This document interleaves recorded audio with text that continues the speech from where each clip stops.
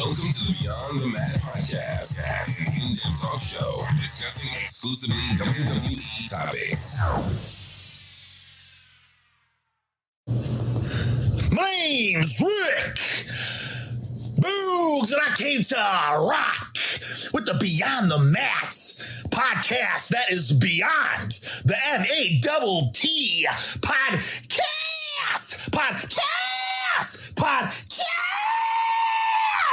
Ah!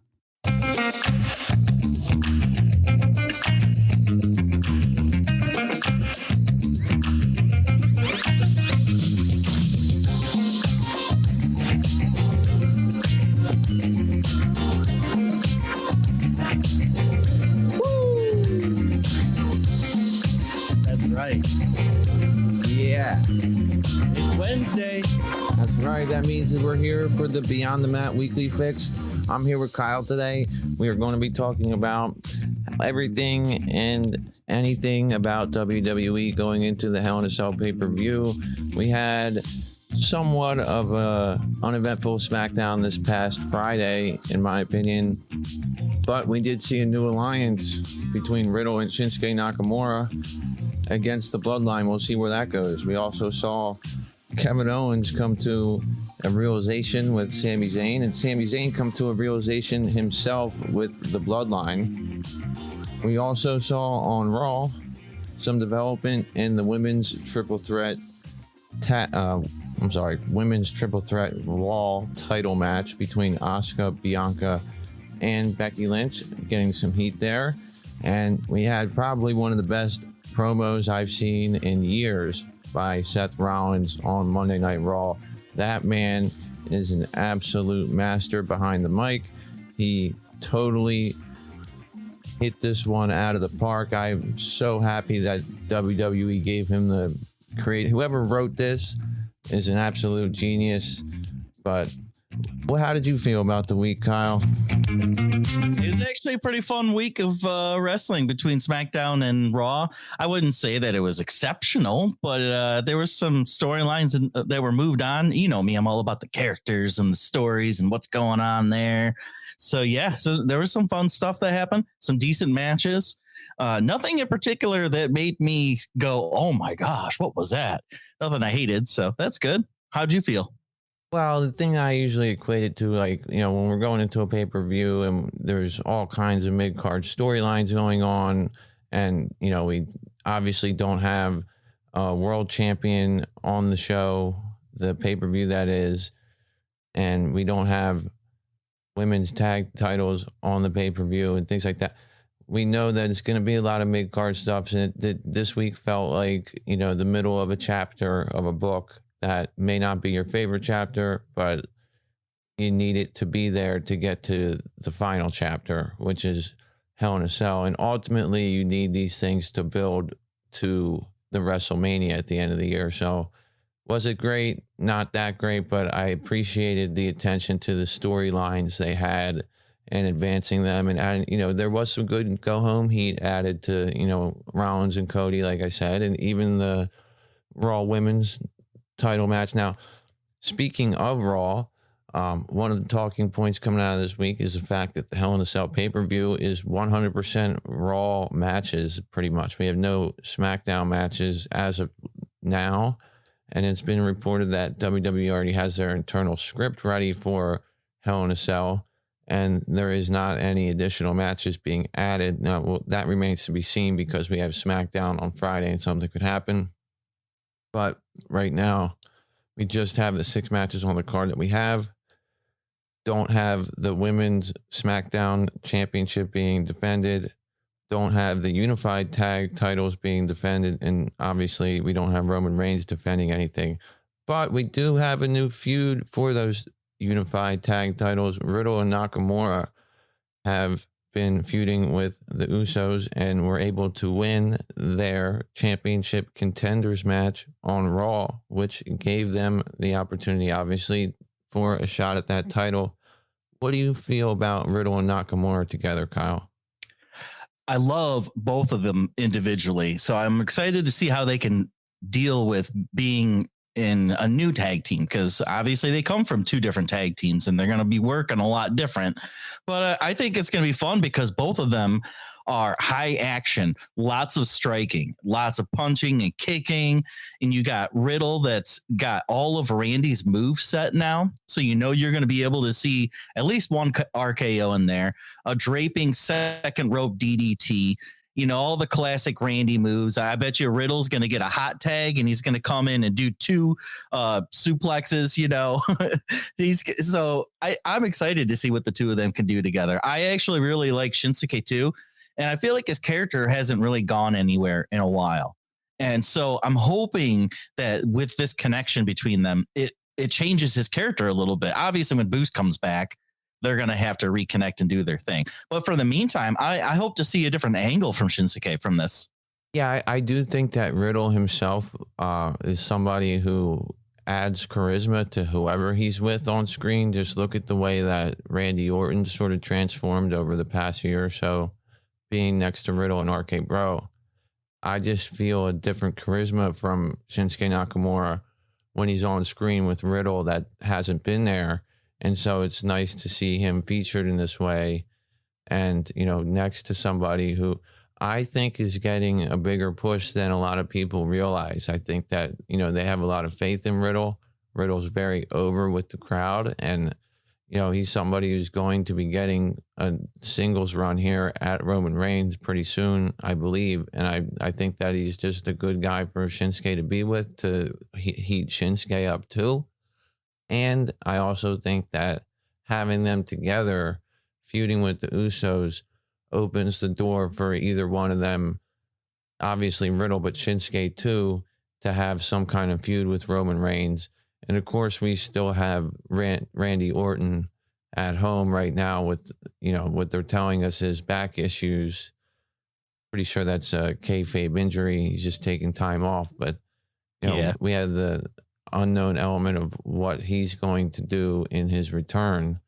And we don't know what's going to happen with these unified tag titles. If, you know, one set of them is going to be lost to Riddle and Shinsuke Nakamura. So I'm interested to see where they go. Do you think they're going to have this match at the pay-per-view or on TV? Where do you think they're going to do that? Yeah, I think they can easily put these two teams on the pay-per-view, or excuse me, the premium live event for Hell in a Cell. They could put this tag team matchup on there again. I mean, we've already seen it though, so I don't know how in the crowd's going to be, but I bet you if you open that show with this match, you can get a great match out of them, and you can get the crowd really riled up and really active to start off the premium live event. They could easily add it. And like you said, though, everything right now is very Raw oriented, but Usos originally are from SmackDown. So if they do put that on there, then it's essentially a SmackDown match, I guess you could say. Yeah, so they get some SmackDown action on there. But the other thing about this match is that it's tailor-made given what's happened with the interference and the help from Roman Reigns and, you know, the big attack angle at the end of the unification match. It's tailor-made for a cell. And we have the men's cell match with Cody and Seth. None of the women's matches are being advertised as Hell in a Cell matches. None of the other matches are Hell in a Cell match. This would be a good match for the Hell in a Cell pay-per-view to take place in a Hell in a Cell. But yeah, it doesn't look like that's going to happen. But I thought that would be a good idea. Yeah. Well, we haven't seen Roman, you know, in the short past. So I could definitely see them putting this match on the card and having Roman show up for some reason. Because, I mean, how are you going to have him not be on your episodes during the week and then also not have your Universal Champion not be on the premium live event? So he doesn't really have anything going on right now. I hope they put this tag team matchup on there so he can at least get involved in some way. Yeah, and it's been reported that he's not supposed to be at this event, but even if he's not, putting it in the cell is fine. It's not like everybody in the building knows he's not there. You know, and they say people aren't there and they show up all the time. He could be at, you know, the event. You never know. And just, we also have Money in the Bank moving to a smaller arena, which I don't know what that spells for the main title picture, but I feel like they need to make some headway in the main title feud picture. Do you see Agree. Riddle or Nakamura coming out of this feud with the Usos in a position to challenge Roman Reigns anytime soon? Yeah, I feel like between the two of them, it's going to be Riddle most likely, because I think Shinsuke is just kind of finding something to do until Boogs comes back. I don't know the timeline is on Boogs, but I hope it's short because I love him. And our intro for this show is his beautiful voice. So I hope to see it live pretty soon. But, until then, I think that's why they have this combination between the Ronin and the Bronin, as they said. I liked that name combo. And when they're done, then Riddle is going to have his chance to face Roman. That's my predictions, at least. Yeah, I think he's definitely going to have his chance to face Roman as well. I think that however this feud goes with the tag teams, I don't see the Usos losing the unified titles in it. They could, but I don't think they will. I think it'll more be about getting Riddle heated up to face Roman Reigns whenever he does face Roman Reigns. But I definitely think he may be the next opponent in line for him. Don't think he's going to win, but I think it's a great spot for him to be in.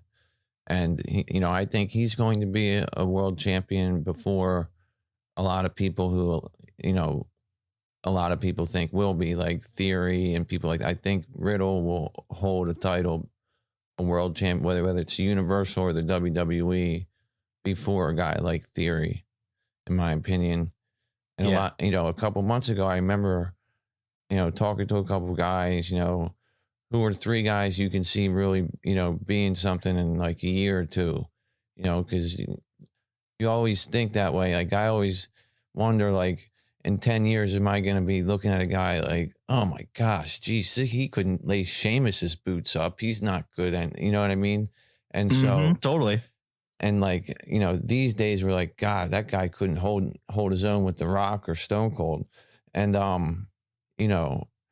so I wondered who are the three guys who we're not thinking of that are under the radar that could, be something, be a champion one day. I mentioned Riddle. I mentioned Theory. I forget who else I mentioned at the time. And, everybody said that, no way, Riddle, I don't see that. And I think we're starting to see a more serious side of him. And, his in-ring abilities have always gotten himself over. It's just whether or not he's going to be real goofy in the promos. But even with the goofiness, I think he's fine. I think that when something's that over, when the crowd is going that berserk for something, they got to do something with them. Do you agree? Yeah, totally. And that goofiness that he has is his own natural personality. It's who he is. If you listen to him doing interviews outside of, his character, when he's just talking straight like himself, he sounds like his character. Riddle, honestly, that's how he sounds. That's how he talks. So I think that's a good thing. That's a benefit because he's not forcing it. He's not being awkward about it. Any line that they give him, he can reproduce that line in his voice, and people will know it and they'll be comfortable with it. They'll be like, oh yeah, that's just Riddle. He's just a goofy guy. Unlike other people that try to force a goofy character out of themselves.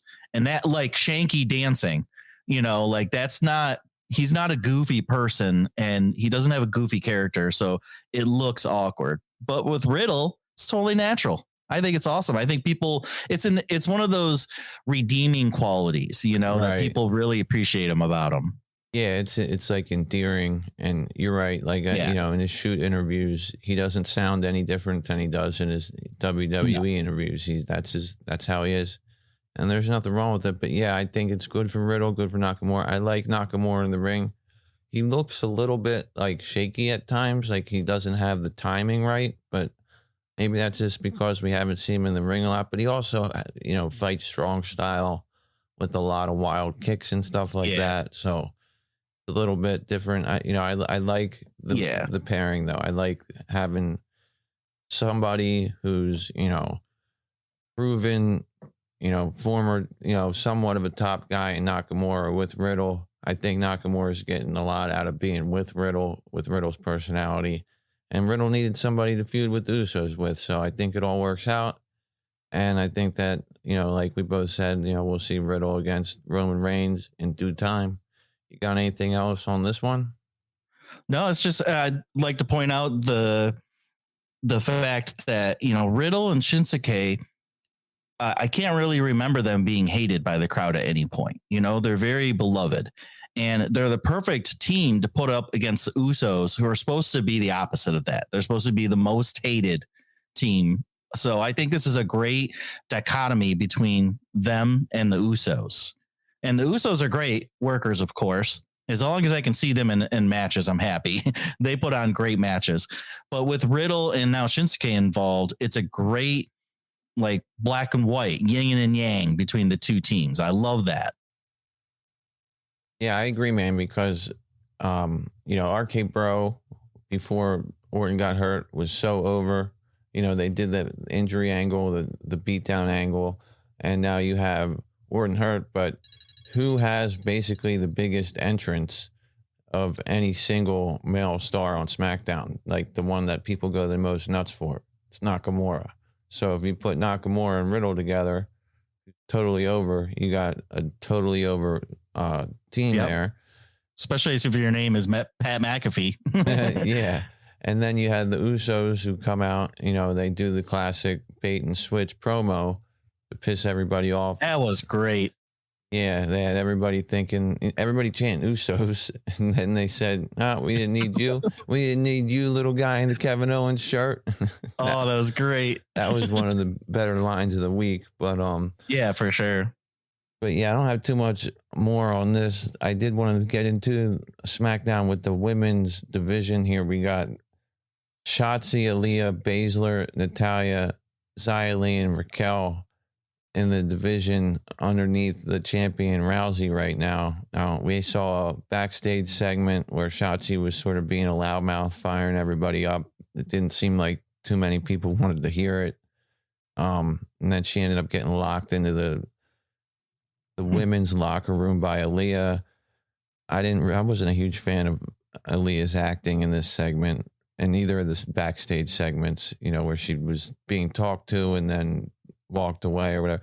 But I do like the way that Shotzi's getting some screen time, and you're starting to see some of her personality and stuff like that. I like Raquel in the ring. Like to see more Xia Li. Seen her at some house shows. Haven't seen enough of her. Yeah, she's undefeated. Yeah, undefeated 1-0. That's amazing. Right. But you don't fight, and nobody can defeat you. That's right. Then we got Baszler, and you don't talk either. Right, and we got probably our only tag team really left in Baszler and Natalya, running in on the Raquel and Rousey match and causing that to be a tag match, which I always think is weird. When you have two women fighting each other, they get interfered with, and then they become tag team partners. They were just fighting each other. I know, right? But it's like Becky and Asuka after they were both attacked by, Bianca and Asuka, excuse me. Yeah. They had this massive match, and then after this huge battle, Becky attacks them both, and they stand together in the middle of the ring. Like, come on, you guys are just beating the shit out of each other. All right, one of them just had him in like a Asuka lock. Asuka had her in the Asuka lock, trying to rip her arm off. You know what I mean? And exactly. Yeah. But what's your overall take on the women's? Do you think they're getting, some more? The way they're working this, it feels like they're, Ronda's coming out as the babyface champion, and she's, issuing open challenges. And we'll actually tie this into Rousey as well, since Rousey was our next thing we were going to talk about. Is she a good champion? Is she somebody who's doing it well as a babyface? We've all said she's miscast. She really should be a heel. She comes off as a heel in her promos. And I think WWE knew this going in. They wanted to put her with Flair. So when you're with Flair, by default, you're going to be a babyface against Flair. And they may have known the fans really didn't want to accept Rousey as a babyface, and knew that she had said, degrading things about WWE and WWE Universe before, and doesn't really have the mic skills. So they might have told her, don't say too much. Don't be somebody who cuts big promos.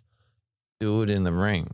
And now that she's the first of all, she gave us something great in the ring with the I Quit match, breaking Charlotte's arm through the chair at the end. And the whole match was great. Now she's doing open challenges, making other women look as if they have the capability of beating her before she ends up winning the match.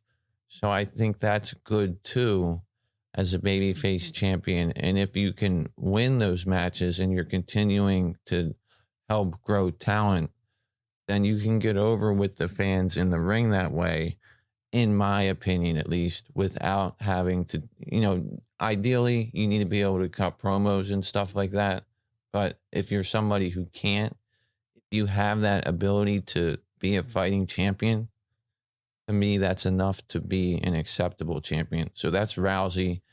How do you feel about her as a champion? How do you feel about the way that they're handling the rest of the roster? Do you think they're going to have Rousey run through all of them until she ends up being challenged by a returning Bayley or something? What do you see happening here? There's a lot of possibilities, but to answer your first thing about Ronda in general, I agree with you 100%. And I think you can agree with me on this point of view as well. I view the roster as like a sports roster, a sports team roster, like a football team or like a basketball team. And you have to know as a coach, or, whatever it is, if you're leading a team, if you're in charge of a team, you have to know the individual talents of your athletes. And so by WWE having Ronda just be a fighting champion and not really giving much promos, but she's just doing most of the work in the ring, that's exactly what you should be doing with her talents. Her talents reside in the ring. Her talents reside in kicking people's asses. And that's what her character is supposed to be about, is kicking people's asses. Her character is not supposed to be about, being the nice person and throwing out a bunch of compliments to somebody before they start a fight. No, she should be a heel. And that's why people get so upset, because her character fits a heel angle a lot more than it fits the babyface. Now, I have to commend WWE for making it to where she can be a babyface and she can be a fighting champion, and it makes sense. So I appreciate them doing that. I know you're a coach of a soccer team, correct? So yeah, who on your team would be best to play goalie. Who could play best in each position. And that's what I think WWE should be doing more often with their talent. I could tell you many, many, many, many examples of what I think they do wrong and what I think they do right as far as that goes, but I'm not going to get into that. But another example of that is during this backstage promo with Shotzi, because Shotzi does have a good ability to reproduce lines. She can be a good promo. She really can. She doesn't get the best lines, honestly. She, like, that backstage promo section that she had was almost supposed to be like, riling the troops up, but they didn't really give her much to say to rile people up. I did find it funny, though, that pretty much everybody just walked away from her after she said what she had to say. But it's unfortunate that Xia Li couldn't say anything. It's unfortunate that all Aaliyah could say is just shut up. Like, I mean, come on, you can do better than that, WWE. And then she's, telling Natalie and Shayna that they're badasses and they should do something, and they barely say anything too. So, like, Shotzi got a lot to say, which was great, but nobody else really got much to say, which is kind of unfortunate. I do agree with you about Aaliyah, though. Her character is like supposed to be this fun, like, bubbly, lovable person, but she's laying it on so thick now. It almost feels like a heel. It almost feels like somebody that's really an asshole and that's just pretending to be really nice and bubbly and all that. Almost like that, Bianca Belair. Oh, what I mean? Exactly. Or you probably don't. I don't know if you know her, but she's in NXT. Stratton, not Trish Stratus, but Tiffany Stratton. Yeah, Tiffany Stratton. She has that kind of character where she's all this. She's like very bubbly and whatever, but she's actually a prick. And that's the kind of character that they need to have for Aaliyah. They're trying to make her this nice person, but I don't think she really pulls it off that well, to be honest. But I did like the attack that Natalie and Shayna had on Ronda and Raquel. There's just one thing that I wasn't too happy about is when they ran in and Shayna delivered that attack on the back of Raquel's knee or hamstring or whatever it was. She barely connected with it, and then Raquel barely sold it. But then it was like a target throughout the rest of the match. And I was a little disappointed because, like, if you're going to tell me that she hurt her so bad that it's hurting her throughout the entire match, Raquel, you got to do a little bit better job selling that. Okay. All right. I love you, Raquel. I think you're doing great so far, but just sell a little bit more for me. Okay. She tried, man. You know, she did. But I do appreciate her match that she puts on with Ronda. So it's a really good match. And again, they were trying to counter each other. And it's too bad that Raquel couldn't actually get a win out of it. She might have, really. Who knows? Yeah, you never know. Maybe one day she will. Wasn't for those damn heels running in and those meddling children and causing a tag team match between two women who were fighting each other. But yeah, I mean, like you said, I Shotzi, you know, can come across actually pretty good and, you know, can recite her lines well. And, you know, she just comes off as this annoying loudmouth. I want to get everybody fired up, but I don't have the credibility to do it. So everybody's just going to blow me off. That's what that felt like, but it felt authentic. Aaliyah doesn't feel authentic with her personality, right. And she doesn't look authentic. Everything looks so like forced and it just doesn't feel real. Then you got Xia Li. There's nothing you can even say because we don't. No, because she didn't say anything. Yeah, she doesn't say anything. We don't get to see her do anything. I'm not going to sit here and say, as some people do that haven't had the opportunity to see her wrestle a lot of matches. I've been able to see her wrestle 4 or 5 times, and she's pretty good in there. I've seen her wrestle Shotzi, I think, 2 or 3 times, Baszler another time, and it might have been Natalya another time. And these were all untelevised matches, obviously, because she only had one televised match. And they were long. They gave her time. She went over. Except for one time, the referee accidentally counted 3 for the heel, right, like before the run-in even happened, because there was supposed to be a run-in that DQ'd the match, and it was actually pretty funny because the referee's interaction with the producer of the match was like, I had to count to 3. I don't know, even though Xia Li kicked out. But anyway, Xia Li's been good in the ring as far as I've seen. We don't get to see enough of her. Raquel has definitely shown out in her opportunities with Rousey. So, you know, I would like to see them continue to push this. And as far as Rousey, the champion, the fighting champion, she's got to be the fighting. That's all she has left. You know what I'm saying? Right. If she's not going to be a heel champion, she's got to be a fighting champion that puts on good matches for the fans almost every week. We didn't see her last week. We saw her this past week. So, you know, I just feel like that's all she has to be a babyface champion, is to be a fighting champion that doesn't back down, you know, just as you said, is an ass kicker. And, you know, that's what she does. That's pretty much all I got to say about that. Mm-hmm. She should be more like Shayna Baszler. I don't know why her and Shayna Baszler are not a team yet. That's gold that WWE is sitting on that they just won't do anything with. Like, do it. Just put them together. They even had do you remember in the match, they had that little square off moment where they kind of stared at each other because they're opponents in the ring, but in real life, they're best friends. So yeah, I think that was dynamic, a tease. You know? I think maybe that was a tease for, okay, here they are. They're about to go at it. Nope, we're not going to give it to you now. We know you all want to see these two go at it in a real match. You know, I think they'll get like a pay-per-view match or something like that. They deserve it. Yeah, they'll have Ronda, you know, beat people like Shotzi and Aaliyah and whatever. Maybe Xia Li if they ever put her in a match. And, you know, Shotzi may be starting a mid-card feud with Aaliyah as well because they're locking each other out of bathrooms or whatever. But, right. So, I mean, this would be easy to just throw. You've got, let's say we take Xia Li out of the equation. You've got 4 women that want this chance at a title. Why not have a mini tournament?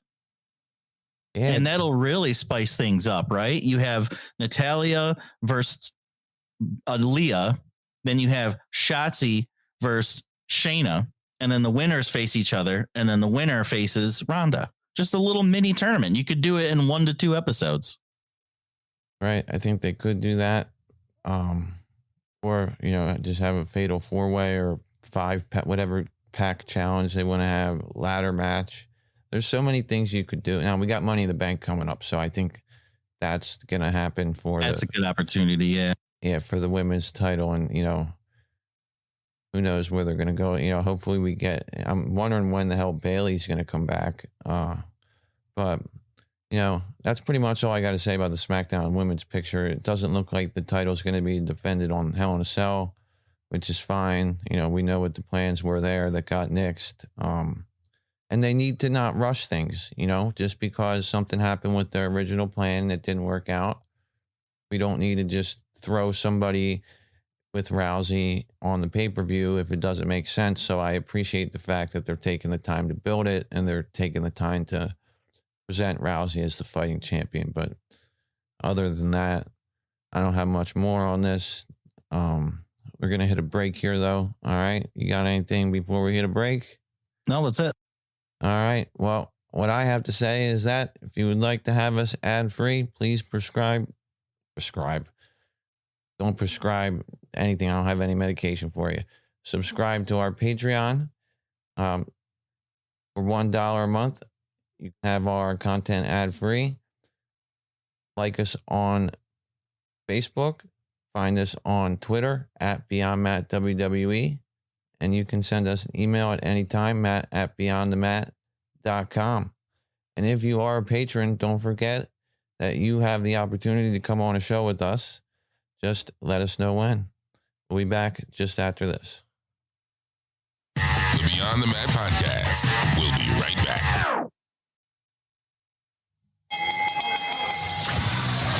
Welcome back to the Beyond the Mat Podcast. All right, Kyle. So we're back, and we just got done talking about the women's division on SmackDown. We are now going to get into Drew McIntyre for a second. He made his return with the New Day. Not really much to say here, but they main evented SmackDown. We had McIntyre dancing like I don't know who was worse, him or Shanky dancing, but they ended their show with McIntyre dancing in the middle of the ring. What do you make of McIntyre right now? Like, I thought that he was being positioned to be a top contender for the championship. Next thing you know, he's away in the United Kingdom, advertising for their big event there in Cardiff, Wales, Clash of the Castle. Then he's back, and he's back with the New Day in a 6-man tag match against Sheamus. And we're going to get another freaking feud between McIntyre and Sheamus. You think this was just a one-off thing? What do you think's going on here? This feels like a one-off. They've been doing this a lot with Drew. And they apparently don't want to put him in singles matches, so they just put him in with a tag team, and then he has a 6-man match. But at least I liked the match. I thought it was pretty entertaining. It was my favorite match between SmackDown and Raw. Just the pure mayhem, just bodies flying everywhere, and New Day got in a lot of their high-flying moves, and Fight Night got in a lot of their like suplexes and strong moves, and you got to see all their characters. And it was interesting. They had some interesting moments in there where a lot of good false finishes, good moves were done. I thought Sheamus had a really devastating Alabama slam on Kofi. So like the match itself was pretty good. I liked that. But of course, there's really no story to this. Yeah, there's no. I thought the match was good too, man. Yeah, I liked the match. You know what my favorite thing about the match was? When Sheamus started getting the audience to clap, "New Day sucks, New Day sucks." I thought that was pretty funny. But then they kept like changing the word New Day to Drew Day. So that was actually kind of funny too, with the Drew Day rocks, and Pat McAfee gets on the mic and he's like, "It's a Drew Day. Yes, it is." So you know what? He made me actually like a New Day segment. I'm just gonna say, like, good for Drew McIntyre and good for Fight Night, because they made me enjoy a New Day match and a New Day segment. Yeah, I was going to say that I agree with you. I like the match, obviously, like I said, and Drew McIntyre helped New Day here get over a little bit, and not be that boring old New Day that we've come to know them as, that boring, annoying New Day. And really, the last couple of weeks, I feel like they've sort of changed a little bit. And maybe that's just me wishful thinking, but about 2 weeks ago, I think Woods cut a promo and had a match, and he just seemed like he was all business. Didn't have Kofi with him. And then this week he did have Kofi with him, and they seemed serious. They played, that they broke our partner's neck angle, and, they brought some intensity, which we don't always see. Like I said, we had the Smackdown I went to, we had Kofi Kingston getting on top of Xavier Woods' head in the middle of a match. It's like, what are you doing? You're supposed to be trying to kick somebody's ass. Knock off that silly shit. Yeah. So, but they seem more serious now. Maybe people have picked up on that within WWE, and putting them with somebody more like McIntyre, that's over with the crowd seemingly everywhere, helps, and putting them up against somebody hated like Sheamus and Holland is a good way to. Now that feud between New Day and the what do they call them? The brawling. What are they called? The Brawling Brutes. Yeah, the Brawling Brutes. So that whole thing needs to end. Hopefully, this was the end of it. This match here, having Drew McIntyre come in and help them clean house. Hopefully, that's it. But I don't know where they go from there. But yeah, I don't know about McIntyre as an immediate top guy. I think they're going to continue to use him as sort of their crowd pleaser, and have him doing the sort of stuff that we see here until they're ready to build him up for a feud at the Clash of the Castle, because that's where I think he's going to get his opportunity. And I still think he'll probably be somebody that's definitely in consideration to take a title from Roman Reigns, and then probably lose it to somebody else. But I think he's definitely somebody who's on the short list of people that qualifies to do that, in my opinion. Yeah, agreed.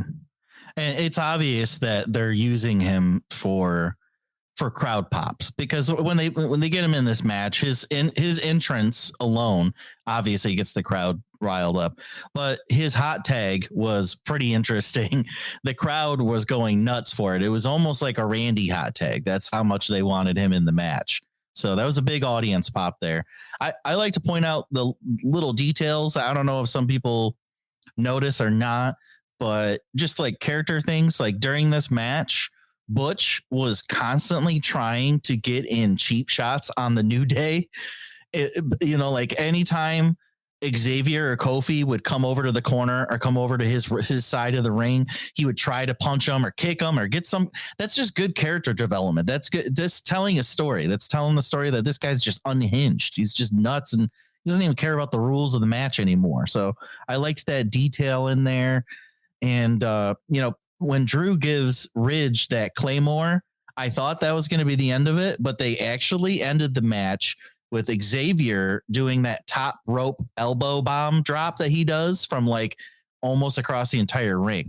I liked that detail too, because I was sick of seeing him win with the backwoods. I'm like, come on, you don't need to be winning with a roll up. Get the frick out of here.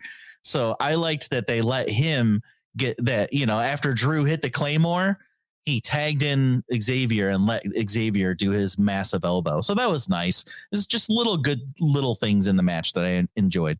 Yeah, I like that in tag team matches when they book it for, the winning team to get a nice sequence of multiple finishers and finish the match. We saw that in one of the Raw matches that we'll talk about in a minute. But moving on to Raw, we had Omos, Lashley, and MVP in the contract signing segment in the main event of Raw in the last 5 minutes of the show.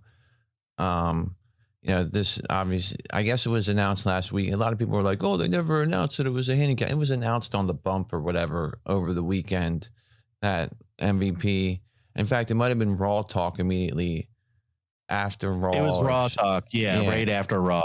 And MVP said it's going to be a handicap match. And then people this week were like, oh, we never knew it was when was that announced? And it was announced. But if you didn't notice, you found out on Raw, and then we had the contract signing. We had Lashley throw the table. They got some. I thought that the back and forth verbal promos between Lashley and MVP was really good. This might have been the best Lashley's ever been behind a mic that I've seen.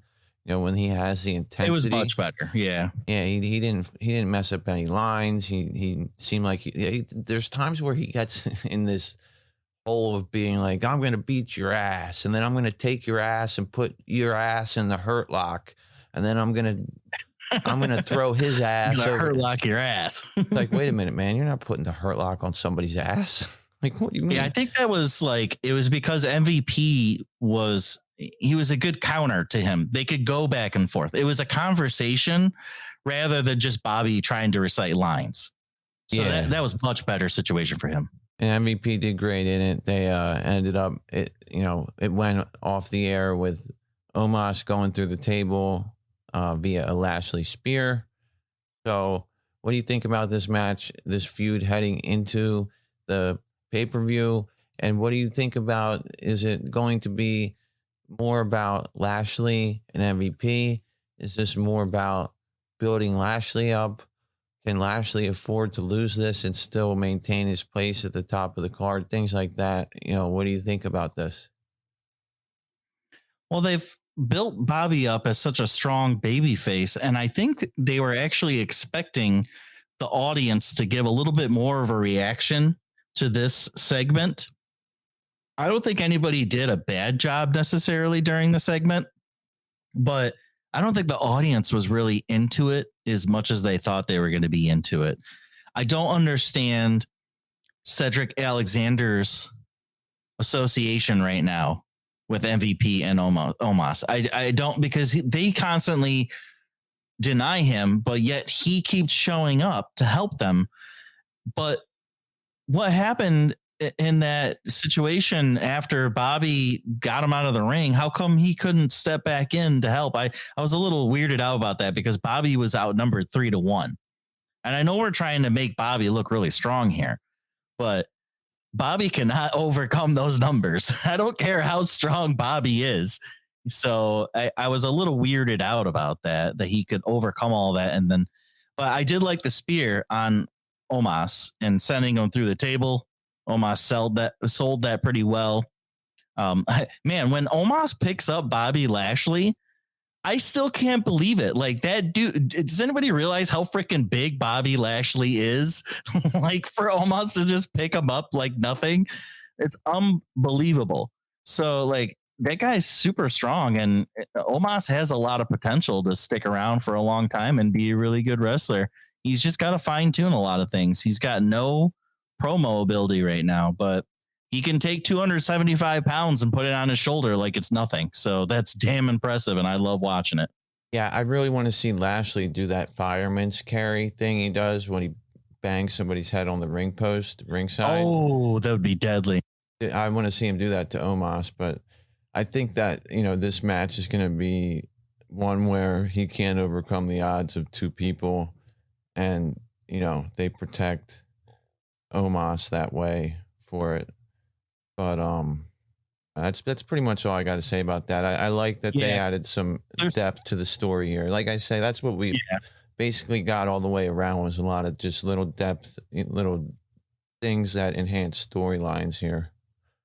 Yeah, I was just going to say, really, there wasn't much to tell outside of the fact that this match is going to happen, and Bobby looked really strong in that promo. Like, he looked really strong, saying, I don't even care if I'm fighting both of you. So I really liked that. It's kind of like putting a ribbon on the present, wrapping it with a nice ribbon and a bow on top. It's a nice, clean present for us to unwrap at the next Premium Live event. Yep. All right, we're going to take another break here, and then we're going to get into the Raw Women's title picture and the U.S. title, as well as Judgment Day. And, of course, the Cody and Seth segment, which was outstanding the other night. But that'll be when we come right back. The Beyond the Mat Podcast. We'll be right back.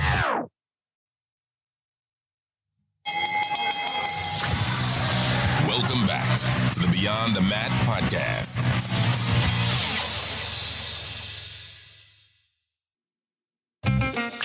All right, so we're back here on Beyond the Mat, and we just want to remind you guys to save you from the ads.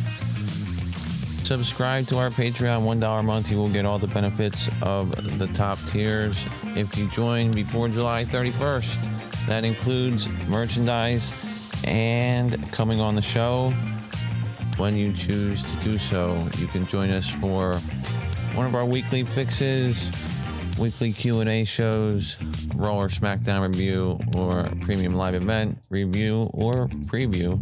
We'd love to get your predictions as well. Follow us on Twitter at Beyond the Mat. Email any questions you have, matt@beyondthemat.com.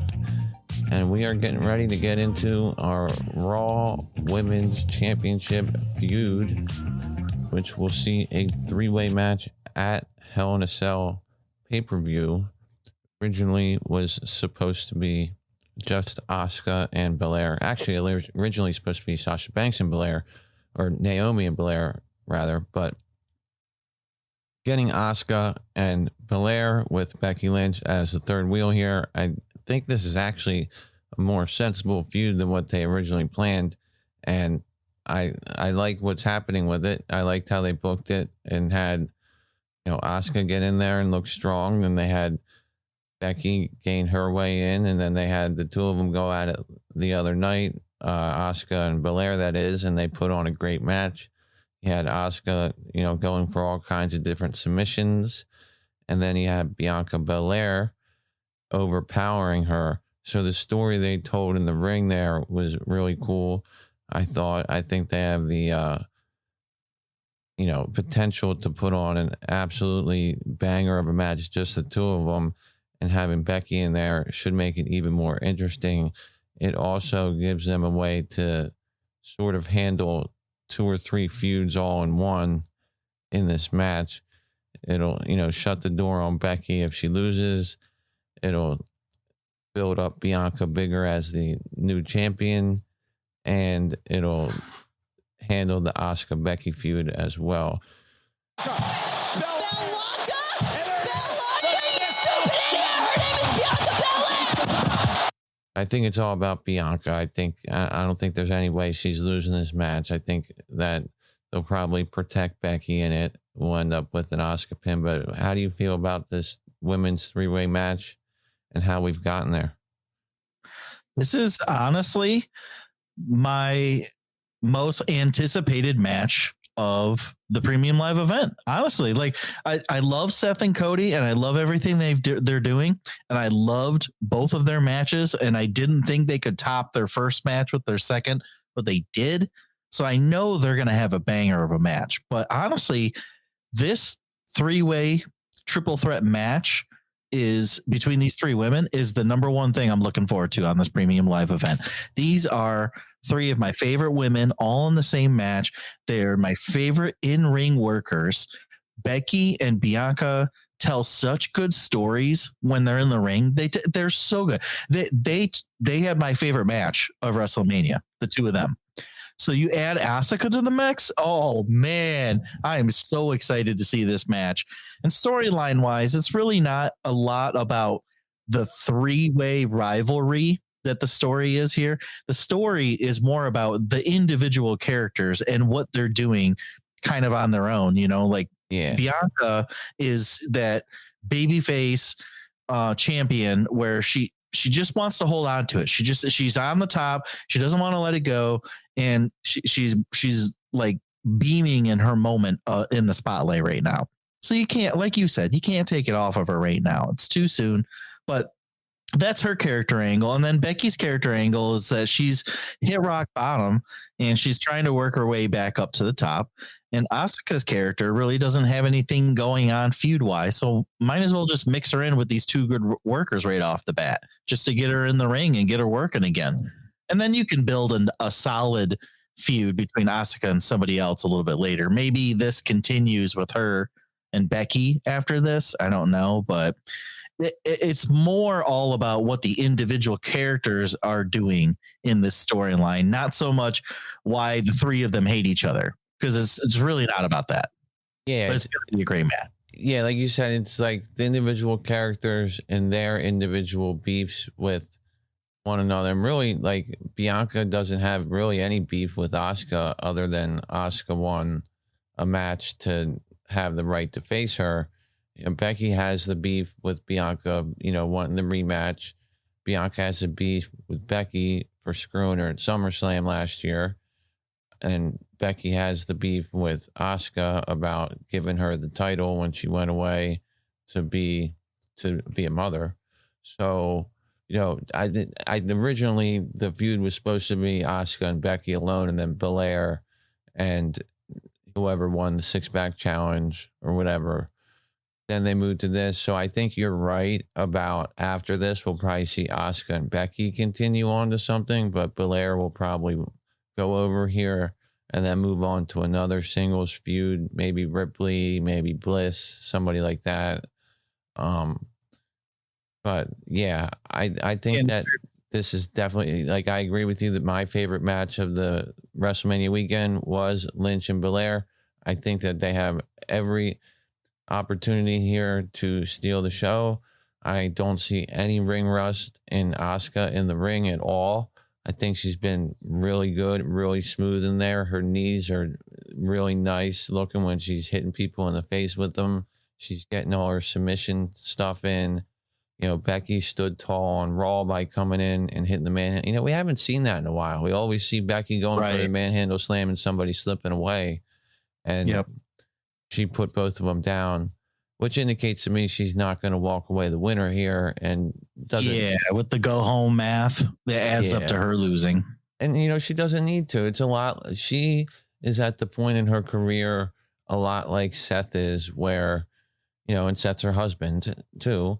So it makes sense where they're so, made and so strong as characters that they don't need wins to enhance to put them over.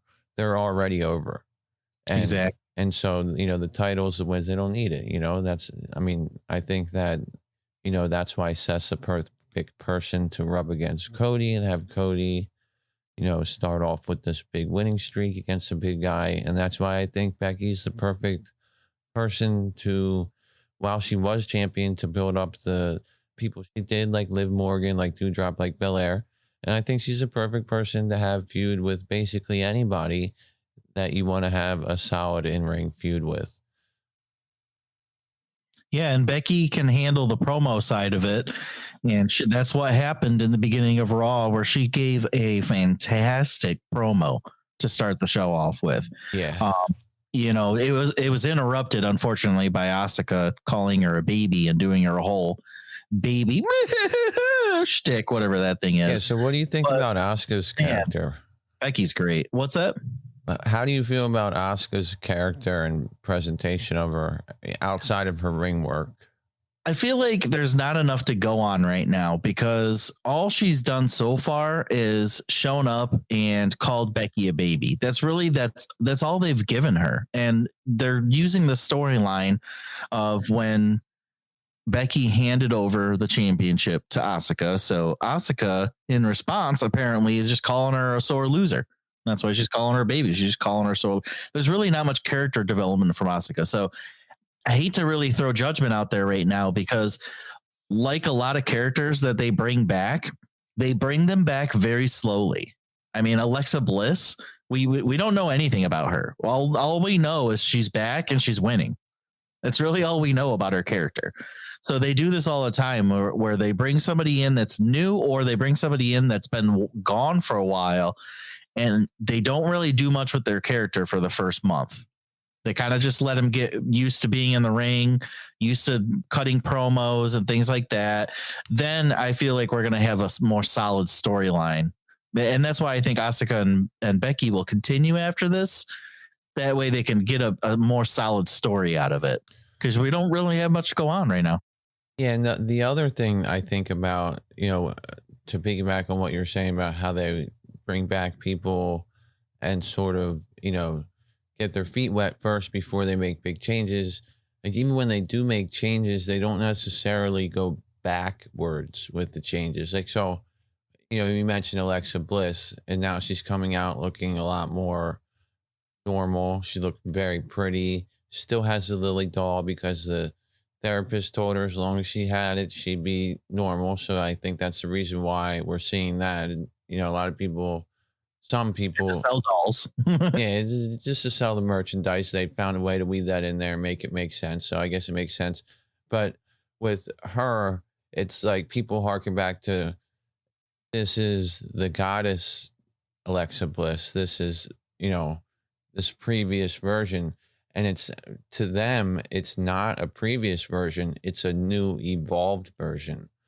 A version of Alexa Bliss we haven't seen before. And we haven't seen yet, that they're building her up into. And I think Asuka will become that too. But when people initially make their return, they tend to fall back on, either the performer does or the WWE creative falls back on what the audience is familiar with. And that's why when we saw, the Elimination Chamber match with Bliss, she basically was the horror character, the Sister Abigail or whatever she was, the Fiend character. So that's what the Saudi crowd was familiar with at that time, even though we saw the vignettes of her getting better during that time. So that didn't make any sense. But now that she's back, they're sort of involving her. And I think I'm saying all this to say, with Asuka, I've found a lot of the stuff she does to be a little bit annoying, but I also really like her energy. She's got the nice entrance music. She, just makes you feel like a badass. Yeah, her entrance music is like one of the better ones that, that they have. It brings the energy that she brings. She gets in the ring. Yeah. She starts saying stuff in Japanese that, and Becky's mannerisms during all that is great. I think their interactions are great. I just think like the baby and the crying boohoo stuff, like that's a little much.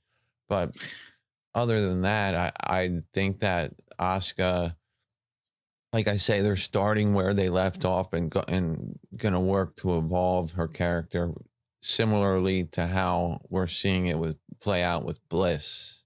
They kind of reverted back to what we know with the goddess presentation, but she's not really the goddess. She has the doll, and she's a little bit, different in her promos and things like that. And we'll see where it goes.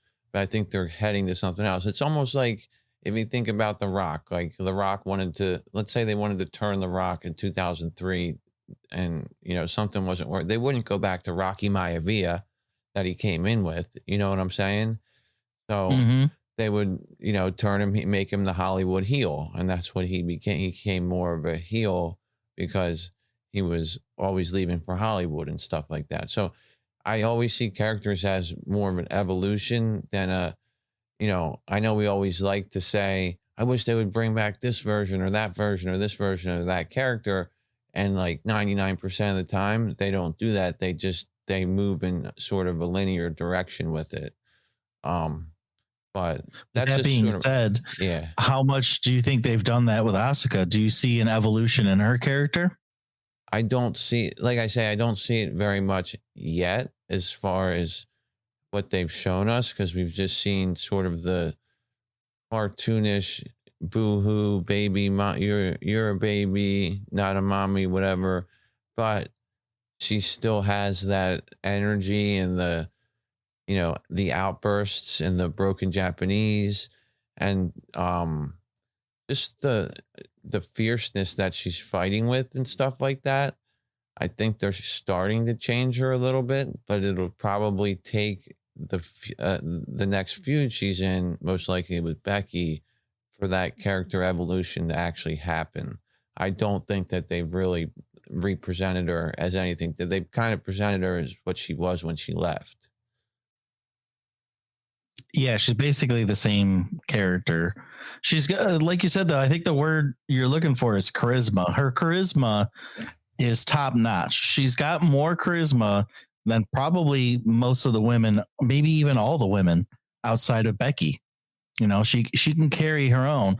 She just doesn't have great lines that are being fed to her right now. So, plus, you mentioned it before, the language barrier thing shouldn't be a thing. They kind of almost make it a thing where they make her say something. I don't know if they're making her or if she's just going off the cuff and saying things in Japanese. Me personally, I like it because it adds more to her character. It adds more culture to her character to say things in Japanese, but the audience doesn't know what she's saying. So, you know, like I get it, but I don't think everybody else gets it. And I think the charisma almost comes off in a bad way sometimes to people because I can't understand what she's saying. So then they're just like, well, she's all bombastic, but I don't know what she's saying. Yeah, for me, it'd be so much more effective if they, you know, you can keep the outbursts in the Japanese and stuff like that as part of the character because that feels authentic and stuff, even though, like, you know, I mentioned before, Asuka can speak perfect English. You know, it's all about, you know, the character and the creative that wants her to speak. Maybe she likes doing it too. But if they had the other things that she said, the non-Japanese things she said, mean more and not be so, you know, broken English and wah, baby, boo-hoo, change diaper, that kind of stuff. Like, I think that's, not only does it make her, it kind of downgrades her character, in my opinion. It takes away from the sporadic charisma that she shows with and sporadic's not the right word. It's more of sort of out of nowhere charisma when she has the Japanese speaking outbursts and things like that. Those would be more impactful and more like, whoa, if we knew where she was going when she was speaking regularly. You know what I mean? Yep. Instead of it being Japanese on top of a bunch of gibberish almost. So. Yeah. And if you notice, like when she does her Japanese outburst, Becky gives her this look almost like Becky knew what she said. She was like surprised, like, oh my God, you said that? Yeah. But like, I don't think Becky knew what she said, but I'm just saying, like, Becky sold it so well that it was like, nobody knows what she says, but you better like respond because that's how Becky responded. So at least that's good. And that's where the charisma comes in. She's got good charisma. She just doesn't have good lines. Yeah. And I think out of the three women that got into the ring for that opening promo, those two women, you know, Becky and Asuka did a far better job than Belair. Belair in the promo doesn't make any sense to me. She's out there saying, you know, I don't want to talk to you. I don't want to talk to you about you, but I'm going to talk anyway. Or she said, I don't have to talk. I don't have to say anything because I got this match with you and I know I'm going to kick Asuka's ass tonight. And then she starts talking about both of them. It's like, I thought you said you didn't have anything to say. It was more of a babyface angle where she, you know, first complained that she had to be in a 3-way triple threat match to defend her title. She's like, but she says, I don't mind. She's like, I'm a fighting champion, so I don't even mind that I have to fight, you know, two of you instead of one. So it was more of a babyface angle, I guess, to give her more of that babyface love. And, you know, she was responding to each person, but she was basically saying to both of them that I talk in the ring with my actions. My speaking is with winning titles and things like that. So honestly, after seeing that promo, I don't know why they don't just turn her heel, for God's sakes. Yeah. Like those are things that heels say. Right. You know, but they're doing it from a babyface angle. People that say that they're the EST of anything, or that's a heel thing to say. Mm-hmm. Yep. But you know, I'm sure that heel turn's coming eventually. We'll get there. What we got now. It'll be good when it happens. Ooh, it's going to be so good. Yeah. What we got now, those are 3-way with, you know, I I firmly believe Becky's probably the best in-ring lady that you can find as far as in-ring wrestling ability and also being able to have the chemistry to work with almost anybody. I mean, we saw that throughout her title run. She worked with Doudrop, Liv Morgan, whoever the hell else she defended against. I think maybe Bliss and Bianca. So, you know, she can have a match with pretty much anybody. And Asuka has demonstrated that she's got no ring rust. She's very good. She's all over those submissions. And then, you know, Bianca Belair is overpowering everybody with her athleticism in the ring. So you got the savvy veteran, you got the submission technician, and the super blue chip, overpowering athletic woman in there. So you got three different sort of archetypes that all really work well together when they're in there. So I'm intrigued to see this one too. This is definitely, you know, something that if it's not the main event of the show, it should be the first match. And, you know, because I feel like Seth and Cody's going to be the main event because it's in the cell. So this should be the match that opens the show. This is a big deal. I think that they need to showcase these ladies here. They deserve it. They've done an outstanding job. They had to pick up and make this feud after it not being planned to be that way. So that's another thing you had to take into account. Whatever you think about the feud, it wasn't something that they were planning to do. Asuka and Becky were supposed to just do a non-title feud. And Bianca was supposed to defend against the winner of the six-pack challenge. And then they changed things. And I understand they change things all the time. And that's sort of business as usual with WWE. But I think that aspect too adds to the fact that, you know, it's a accomplishment for these three ladies to have this match and it be good and them put it together that quickly. And I think that they will deliver that to us. Oh, yeah. But other than that, man, you know, they can't really do too much more to make these ladies look outstanding. They've done that. All they got to do is fight it out on Sunday. And I'm looking forward to it. This is a match that I wouldn't have minded seeing being into the cell as well. I wish they would have, you know, I guess they didn't have time to sort of write the story to make it need the cell. But let's just say it was Belair and Asuka and Lynch kept interfering and messing everything up. That's maybe when they could have put it in the cell. But since it's a triple threat, I guess it's not going to, they didn't have a reason to, but. Yeah, they just didn't build it towards that. Yeah, it would have been nice. I'm only saying that because, you know, it'd be nice to see a ladies' Hell in a Cell match, and it doesn't look like we're going to. I mean, how can you have a pay-per-view named Hell in a Cell and only have one Hell in a Cell match? Why is it even called Hell in a Cell? Exactly. Why not just call it like Breakdown or Payback or whatever the hell they called other pay-per-views before? Rock Bottom. Well, why? That's what Becky is.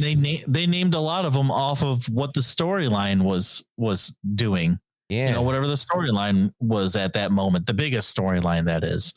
So, yeah, I mean, I totally agree. If you're going to have Hell in a Cell premium live event, then you should have more than one cage match. You know, I mean, they have a lot of good potential matches, but they already wasted the Bobby Lashley and Omos match in a cage. So I don't know why you put that in a cell just to have Lashley thrown through. You know, just to have Lashley thrown through the cage, just to demonstrate that Omos can throw him through a cage. They wasted a cage match. Yeah, that could have been on Hell in a Cell. But yeah, you know what's funny, man? When they first started this Hell in a Cell pay-per-view, I first heard about, like, whenever they started the branding this pay-per-view, this name, I actually thought every match on the show was a Hell in a Cell match. Like, yeah, I mean, why wouldn't you?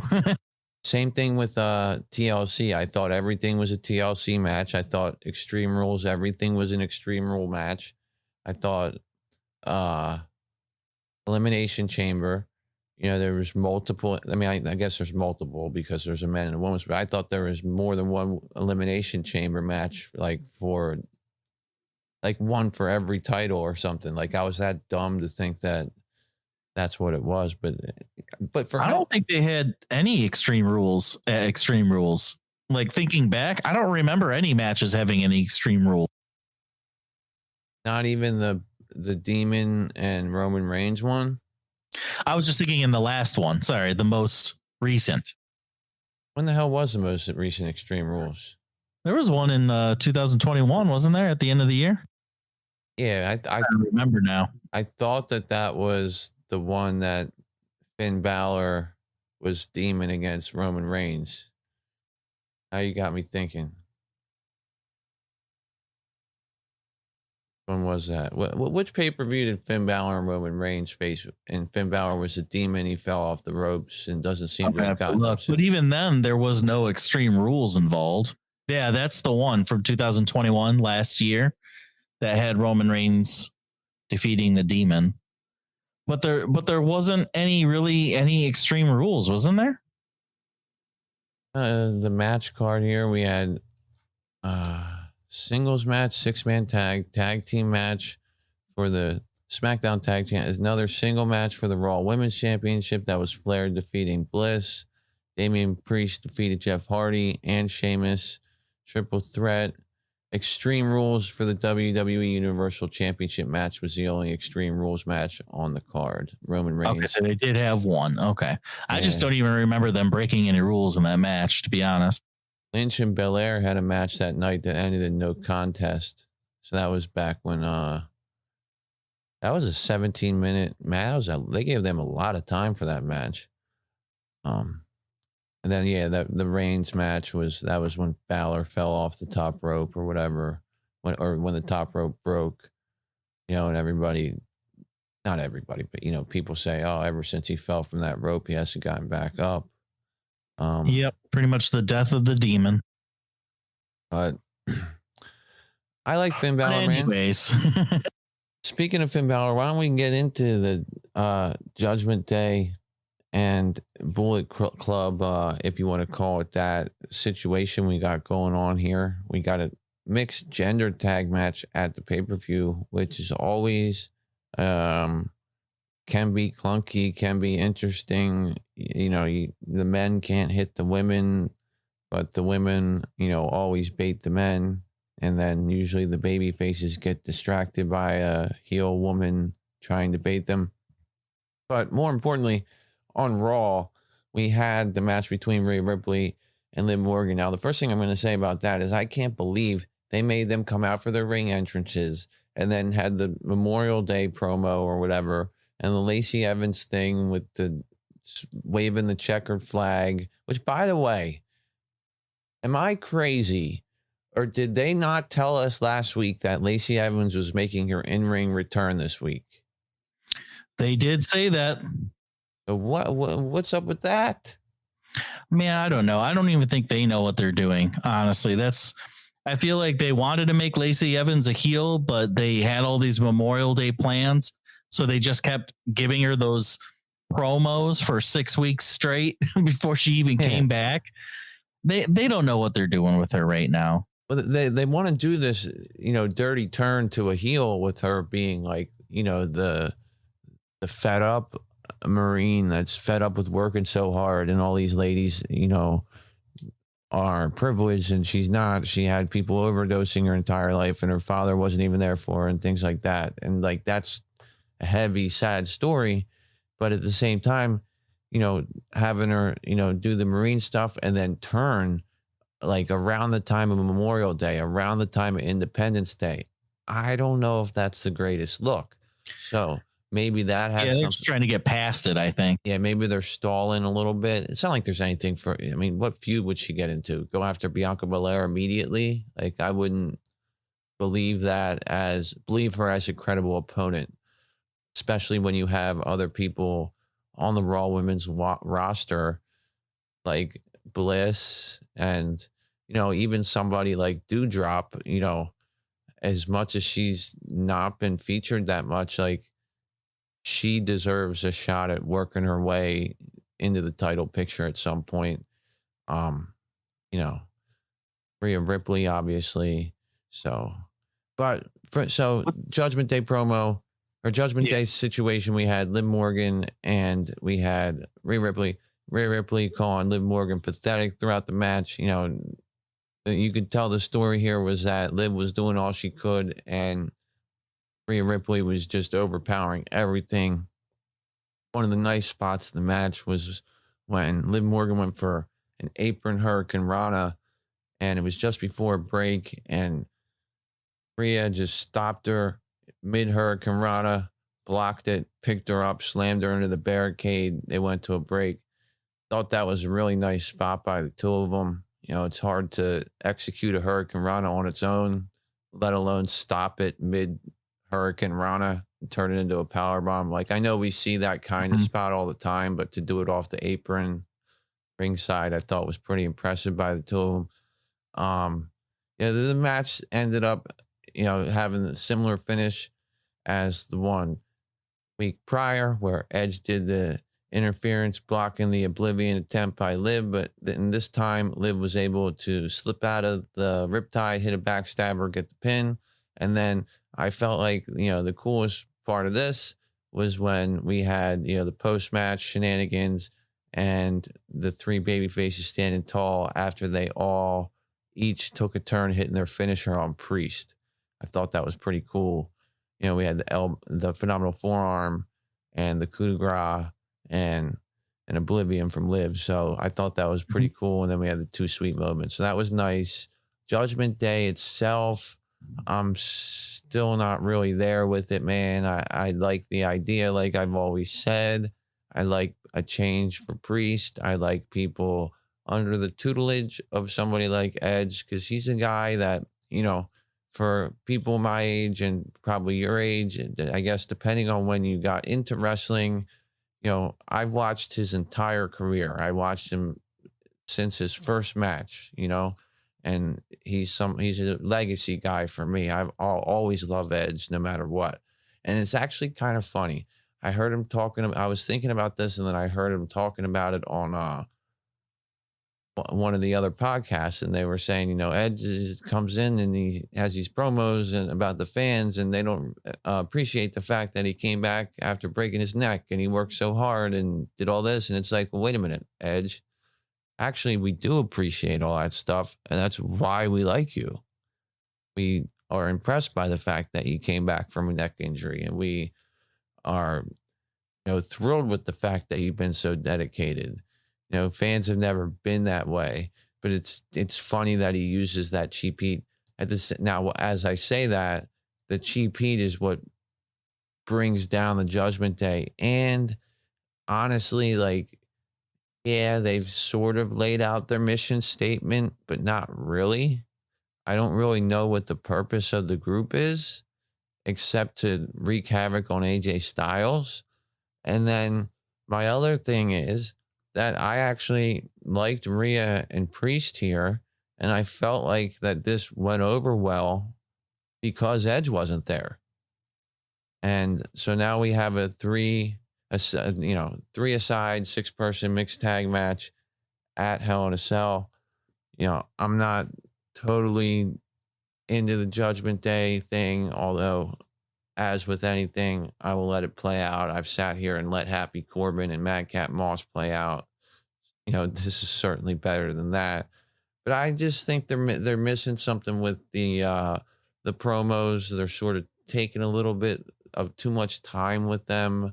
You know, last week Priest is yelling, "Get up!" Everybody gets up, and then he's saying, "No, I said get up, get up." And it's like, dude, improvise. Everybody actually stood up the first time you said it. So, like, I feel like they're just forcing this feeling, and it's not quite getting through. That being said, I still love the fact that there's the, you know, makeshift Bullet Club on the other side. That couldn't exist without the Judgment Day being there. So I think that, you know, this is a pretty cool situation we have going on here. But how do you feel about the Judgment Day and the three men on the other side? You think Judgment Day is getting another member? And do you think the babyface trio that we see is going to last any longer than Hell in a Cell?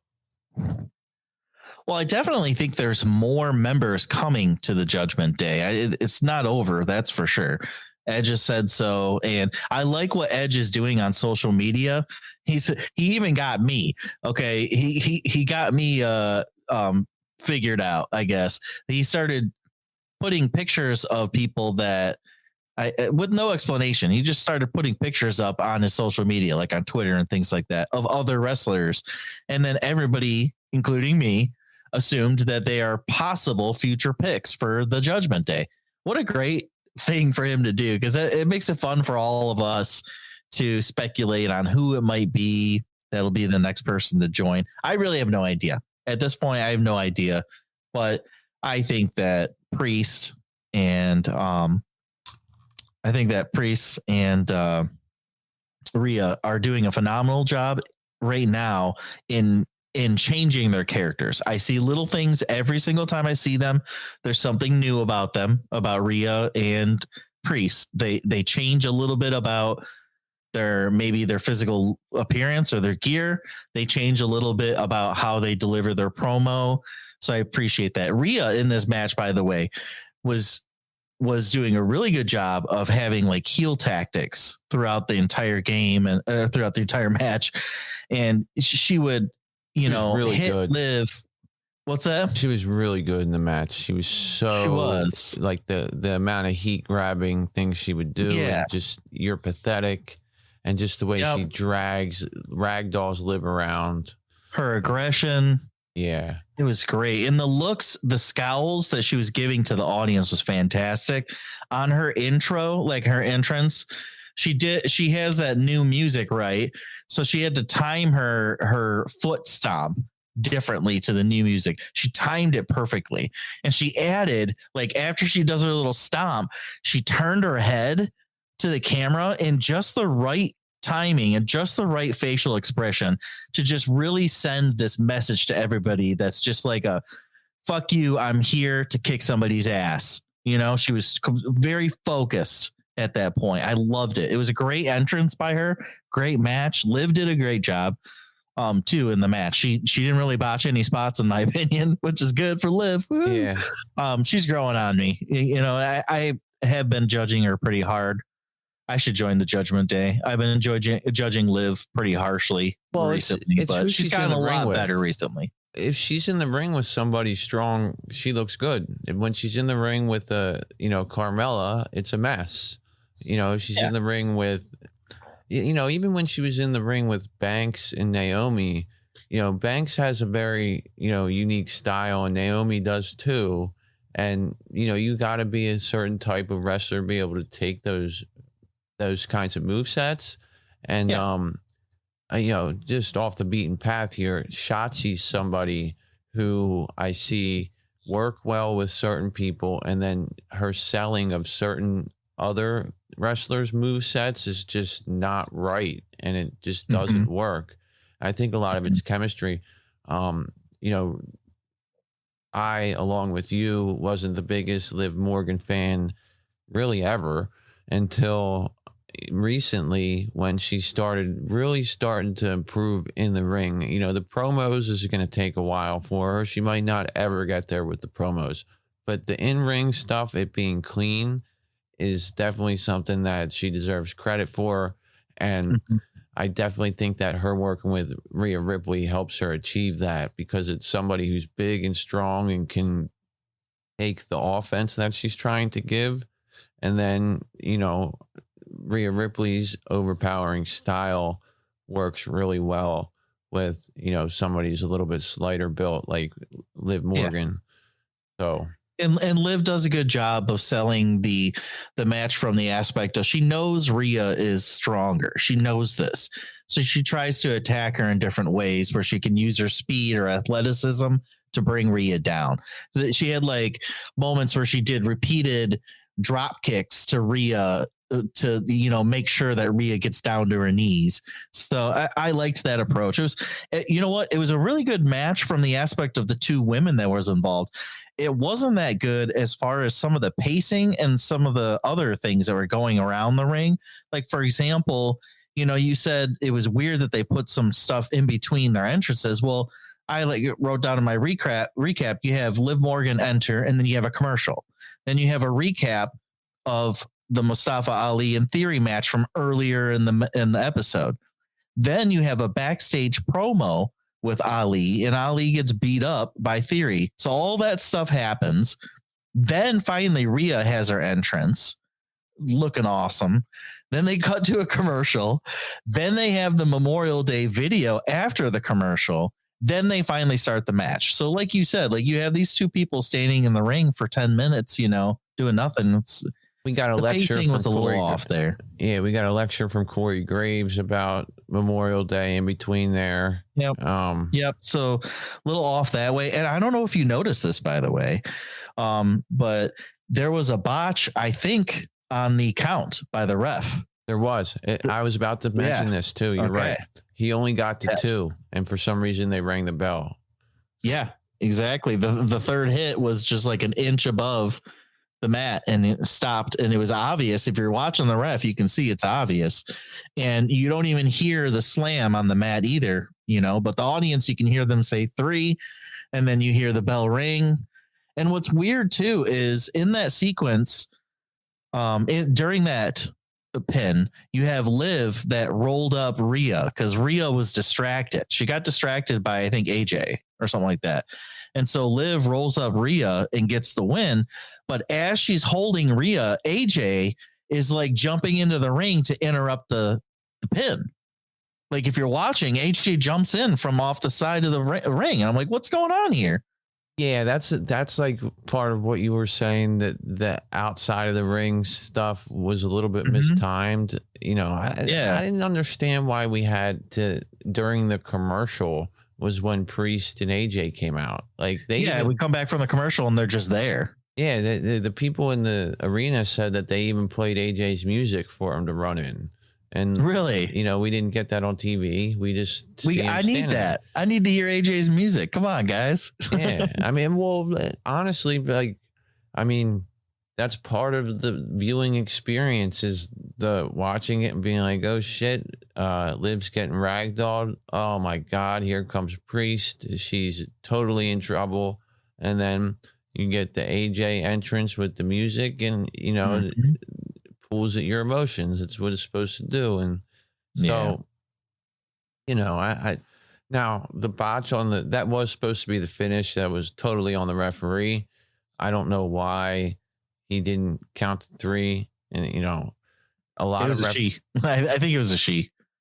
Yeah. I can't remember now, but anyways. It was the African-American female ref they have, right? Yeah, I think so. Yeah. Yeah. She's and I usually think that's pretty good. The result they wanted. So they just, you know, rang the bell. Yeah. But I don't think that was the ending that they planned. Yeah, she hit the backstabber and then rolled her up. I don't know. I mean, but regardless, most refs make sure when they're going into a finish that they hit the first count on their way down so that they can get the second 2 in. And you can usually tell when it's going to be a near fall or a false finish or whatever if they go to make the count, but they hesitate on number 1. You know, they get down on their knees and then 1, 2, kick out. Whereas usually with a finish, especially on a TV match or one that's not very long and that they need to get out of, and the ref's aware of the finish, he will, or she will, usually go to the ground and make the first count as they're going to the ground. That's one of the big, I probably just ruined it for everybody now that's watching wrestling. They'll know every time someone's going to kick out. But if you watch, different refs have tells. There's patterns. You can see patterns. Yeah, different refs have different patterns that you can just tell what's going to happen if you're watching for it. I try not to watch for it because once I find out, it's so hard to ignore. And then it ruins part of, like, I'm like, all right, this isn't a kick. This is a kick out.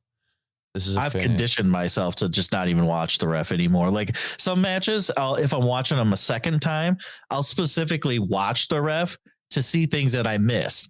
But if it's like the first time I'm viewing a match, I usually don't even watch the ref. I don't want to know because I can get information off that person. I can see when he's talking to him, telling them things, you know, so like I don't even pay attention to the ref anymore. Yeah. And you know what? They actually, to be honest with you, going along with what you're saying, they do a good job of making it so you don't have to pay attention to them. because they do, Right. you know, people say what they want about the referees and how they missed this or they should have did that or whatever, but they do a really good job working the horseshoe, which is, you know, basically around if you would make a horseshoe in the ring, so that way the wrestlers can be, you know, in front of the hard cam, you're never in the way. So they kind of had to work from those two front turnbuckles in sort of a rainbow shape and never really block the wrestlers. So they have a lot of moving around to do. The WWE guys and ladies who ref for them do a good job of this. I also think that like their communication at times when there's like an injury or whatever's going on and they need to improvise something, you can usually not even tell. So I think they do an excellent job with the referees. This was just a screw up. But back to the Judgment Day and the Too Sweet group here. How do you feel about Judgment Day with the new member? And do you have a prediction for who the next member will be? And do you think that the Bullet Club group is going to stick, or we're just seeing them temporarily? I really can't guess at who's going to be the next member. There's so many options. There's so many possibilities.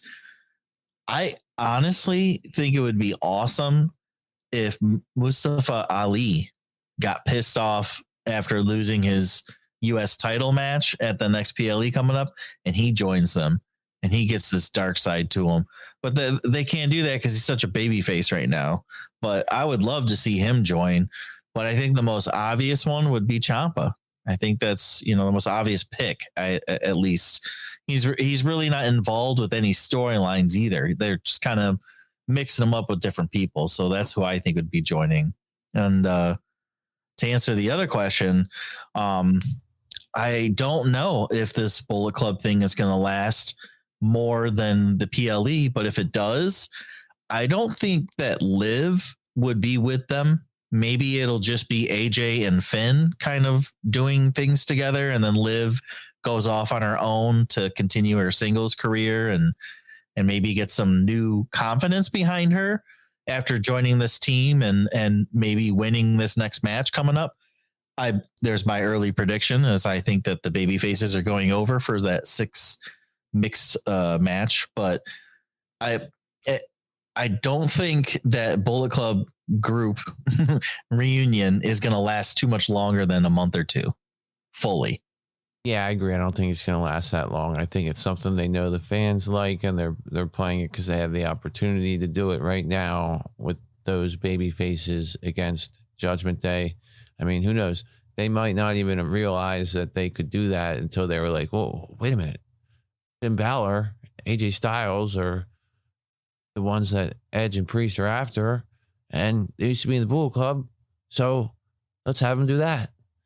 Or they might not even have thought of it, and AJ Styles and Balor just decided to do the Too Sweet thing, and then the WWE writers realized it then. You know, we don't know. I mean, I don't want to degrade them that much. I'm sure they had this planned out. But yeah, I don't see Liv as a long-term Bullet Club member. I think it would be cool if they kept it together, because I think babyface factions are great when you have a heel faction. It prevents that heel faction from totally running roughshod and it always being, you know, very predictable and very formulaic about what's going to happen. A lot like back when we had the McMahon Helmsley regime towards the end of the Attitude Era and things like that. But as far as the new member goes, I think Ciampa is a good bet, but I think a better bet is T-Bar, and I think that's actually why we saw him in the 24/7 segment. Mustafa Ali, I think, honestly, would be the best bet, but they're not going to do it with him, but it makes total sense because he's somebody who, you know, fits the mold of what Edge is describing as people who should be members of the Judgment Day, you know, that have been screwed by management or screwed by the fans or whatever. Whatever he's trying to say is the reason why people should join them. Mustafa Ali definitely has a reason to join them. But on the other hand, he's baby facing it up, and I don't see him as a heel anytime soon. And he's been attacked by Ciampa. had a match with Ciampa the other night. That's It's a good match too. Yeah, and I'm gonna get into. I have a funny question about that match, but been attacked by Ciampa. T-Bar has been another rumor, and I think they got him in that 24/7 segment just so to remind us that he exists, and then he's gonna be. I can see that. Yeah, and then he's going to possibly interfere with this. You know what? I really hope the next member doesn't join by interfering in a premium live event match. Yeah, it doesn't necessarily have to be that way.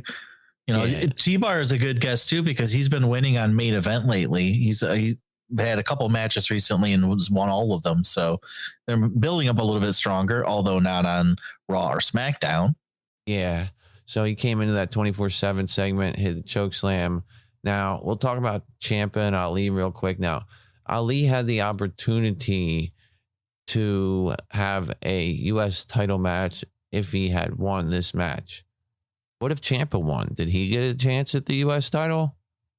I guess. I don't know. I think that's how it's supposed to work. They never said anything. It was just like, oh, if Mustafa Ali wins, he gets a shot at the U.S. title. If Ciampa wins, he just wins. Like, that's what it felt like because they never said, like, the winner of this match will face Theory, And so that almost made it a foregone conclusion that Mustafa Ali was going to win. I didn't see it going down the way it did. And I like the fact that they had Austin Theory do this in such a prick heel way and beat down Mustafa Ali, cause the DQ to then get in the match, bring him into the ring, get the match to go. I don't understand why Mustafa Ali doesn't just say no. Yeah, right. And then you see it all the time. Like they can barely stand up, but they're like, yeah, I'll fight. I'm fine. I'll fight. Dude, you can't even stand up. Yeah. And he got nothing in the match at all. I mean, he had the one comeback with the heel kick went up top and then got caught into the ATL right after that, after he was crotched on the ropes. So he did nothing in the match, like worth noting. Theory was able to beat him, and then Pierce comes out and says that Mr. McMahon says he wants to see you in an actual match at the pay-per-view. I felt like it would have been so much more effective to have McMahon actually deliver that message himself rather than Pierce take the text message.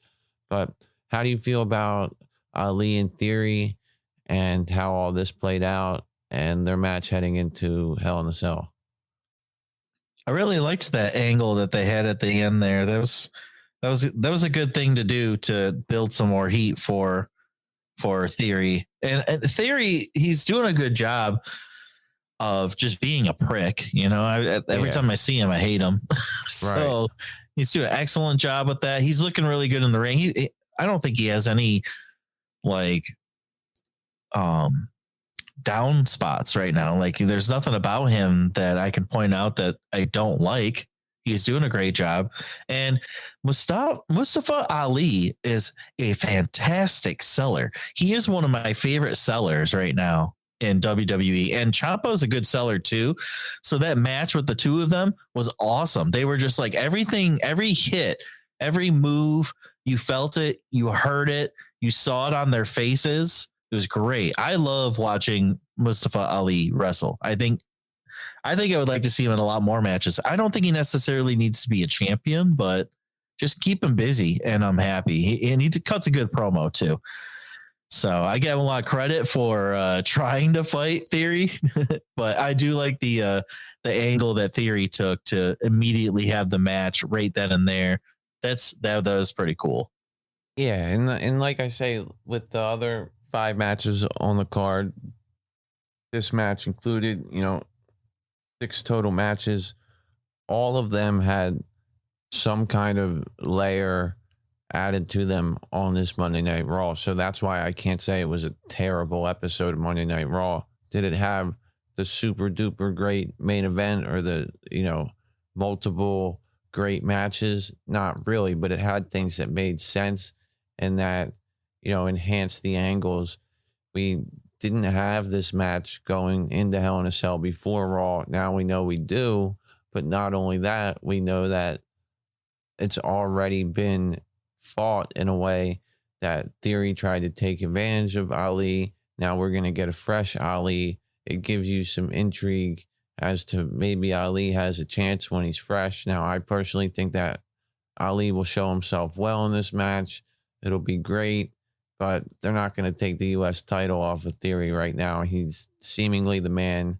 Now, I'll also say this, go out on a limb to say, I don't think that Austin Theory has really done much to enhance the U.S. title, nor has it enhanced him since he won it. And maybe it's just because he hasn't had the opportunities to defend it. But, I mean, this feud, once it's over, isn't really going to make it that much bigger. He needs to defend it and win against quality opponents and do so in a way that isn't always, I mean, he's a heel, so it's going to involve some sort of cheating or distractions and stuff like that. But at the same time, we need to see him just retain and defend that U.S. title for it to mean something. Now, this is the first time he gets a chance to do that. It's against Mustafa Ali. I don't know what they're going to do with Mustafa after this. Do you know? No, I think, honestly, though, I think that they're doing this not to build Theory as a champion or a title contender, even though he's holding a U.S. title right now, or to make the title better. I think the whole point of this feud is to build Theory as a much bigger heel, which I think he's doing that.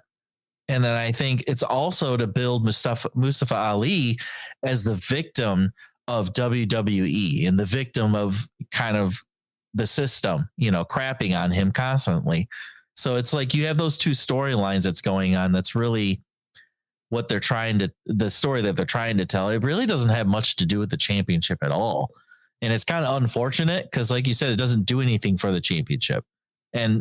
But it's not really different than what it's been like for the last 2 years, right? I mean, both titles haven't been doing anything in the last 2 years. It's not like Shinsuke Nakamura made the title better, or the title made him better. It just kind of sat on him and he barely defended it. And now we have Ricochet, which I think is the first time in a while. I feel like, the IC title is getting a little bit of a boost because Ricochet's doing a good job with it right now, being a good champion. But even then, I don't think it's really helping Ricochet a ton to have that title on him. So it's just kind of a WWE MO of theirs where they can't build mid titles very well. But storyline wise, it's great.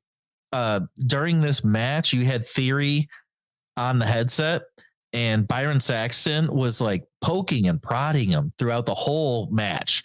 And really they talked from beginning to end. There was no downtime. So the focus here was just explaining to the audience how much of a prick Theory is. His responses to Byron were very heelish. And then also he at one point just straight up told him he didn't want to answer any more questions from him anymore.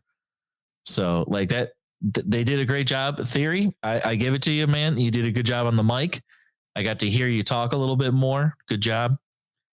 And Ali, they're just going to keep beating you up for the next few months. And then eventually when you win, it's going to feel that much better. I will say though, there was something really weird. You know how I like to point out random things that happen during matches. After the match, the first match, and Ali was barely able to stand, but they were asking him if he wanted to go on with the match. I heard CM Punk chants. Did you hear that? It was so weird. I heard them too. I was like, why are they chanting CM Punk right now? This is completely inappropriate. I don't even know why it fits the moment. I don't know why it fits the story or the wrestlers or the match, but the audience was apparently bored at that moment, I guess. I don't know. That was weird. Yeah. As far as the character building here, it definitely is all about, making the heel Theory, a bigger, stronger, more hated, go away prick heel. And they're doing that by rubbing him against a baby face who the fans just wanted to see back and who, did everything. We all know Ali's story. So, I agree with you that it's not really about the U.S. title. They're putting Ali in that position. That's nice. He's going to have a chance to have, a good featured match. But yeah, it is all about theory and building him up as, this bigger, hated, more credible heel than just a selfie taker and an annoying person. So, right, exactly. Yeah, so I think they're taking it in the right direction. I like where it's going. I don't see any way Ali's walking out of there with that championship, but stranger things have happened. Now, speaking of people who are heels that we can't stand, The Miz had the Street Profits on Miz TV. Street Profits basically took over the segment. It was pretty funny.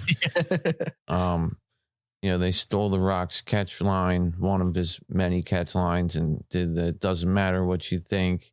They hyped up everything on Hell in a Cell. That was something that when they first got called up, they did a lot. They would come out and, basically hype up everything that was going on. And so it feels like sort of a character regression for them. But at the same time, I feel like they were on Miz TV here to reestablish themselves as baby faces. They've had the stuff with Riddle and RK Bro and the music with the Usos and the edge that they've been showing ever since WrestleMania, before WrestleMania and after WrestleMania. And I think that this was a way to get them out there and re-endear them to the crowd and sort of reestablish them as true babyface acts and not one that may be leaning into the heel pool a little bit, which is definitely something that we talked about before, that we thought that they were, turning heel or something like that. And well, yeah, the announcers were like, "Oh, look at their new attitude. They're so much more aggressive. New attitude, new attitude." Yeah, they had all this new attitude. Now they're back to cracking jokes and making the Miz feel like a complete fool on his own TV segment. In fact, the Miz, it was well done. Yeah, the Miz was so embarrassed. He got out of there like he was out of the entranceway like before the 24/7 stuff even started happening. So this stuff happens. The 24/7 people come in. Street Profits just sit on the director's chairs. I thought this was actually a pretty fun segment we had. It actually was. Yeah, T-Bar came in, hit a choke slam. Then, Dana Brooke got pinned. Tamina's champion. Then Tamina gets rolled up by Tozawa. During the whole exchange between all the 24/7, contestants, we had Montez Ford coming in, taking cheap shots. And I just thought it was entertaining. There was nothing wrong with it at all. Not for everybody, not for your traditionalist, but I thought that, for what it's worth, for being, for all the flack that 24/7 segments get, I think that, this was a decent one, in my opinion. I thought that they did what they needed to do, getting the Street Profits back established as baby faces. And, I don't know where the hell they're going with the 24/7's title now that Tozawa has it, but I don't know. Just, you got any comments on this segment from Monday? I just wasn't as big of a fan of it as you were, I guess. I really enjoyed Miz TV being interrupted by Street Profits. They were doing a great job. I really liked when the Miz put his hand up to silence the Street Profits, and Dawkins gave him a high five instead. And that was hilarious. And then as soon as he went to explain, when my hand goes up, your mouth goes shut, Dawkins repeated it, right. Not repeated it, but said it at the exact same time as him. That was a lot of fun. I really enjoyed that. That was great. The 24/7 segment, I don't know. You could rewind 6 months ago and have this episode happen, and it'd be the same exact thing as what happened previously in the 24/7 segments. You know, like there's nothing going on except for the same characters with, you know, like your Keystone Cops music in the background, and they're running around the ring and people flying around. And, you know, like the only thing I really liked about it was Street Profits. Did you see Montez Ford get up at one point? I think it was Apollo. It was Apollo. That's right. Yeah, he kept cheap gets shotting. up and he super kicks him in the face. Yeah, that's what I was saying. And then he sits back down and starts watching again. I loved that. That was great. Well, that was one of the reasons I said it was good, was because they had that aspect of it. And then we did see Dana Brooke finally get beat and lose the title. And then we saw Tozawa turn on Tamina after celebrating with her. So at least After getting a kiss. Yeah. At least they tried to make it not boring, I guess, and tried to, you know, utilize what they were doing. You know, I totally agree with you. It's like a circus with these 24/7 people. It's like they're a whole different part of the company that just runs around like loose cats, you know, and does whatever they do. And so, you know, I remember times where I've been at shows and, you know, you can't even, it's like all of a sudden these people come out of nowhere and start trying to wrestle when there's another match going on, because it's a 24/7 match, and it's just so confusing when you're in the arena. But yeah, I mean, I don't really favor the I'll put it this way: if 24/7 segment was not on any Raw, I would not complain at all. However, the 24/7 segments I don't feel are as terrible as everybody says. Are they great? No. Are they needed? No. But there's somebody out there that probably finds it very entertaining. I find it acceptable at times. Some of it's just totally ridiculous, but some of it's, you know, acceptable for what they're trying to do. And I don't like to just associate people who are in that as like, oh, well, Nikki's in the 24/7 thing, so now she's less of a person because she's in that. Like, that's just what she's doing. You know what I'm saying? If Carmella was in it, like, I wouldn't think less of Carmella just because she's messing around with 24/7 people. That's just what she's being asked to do.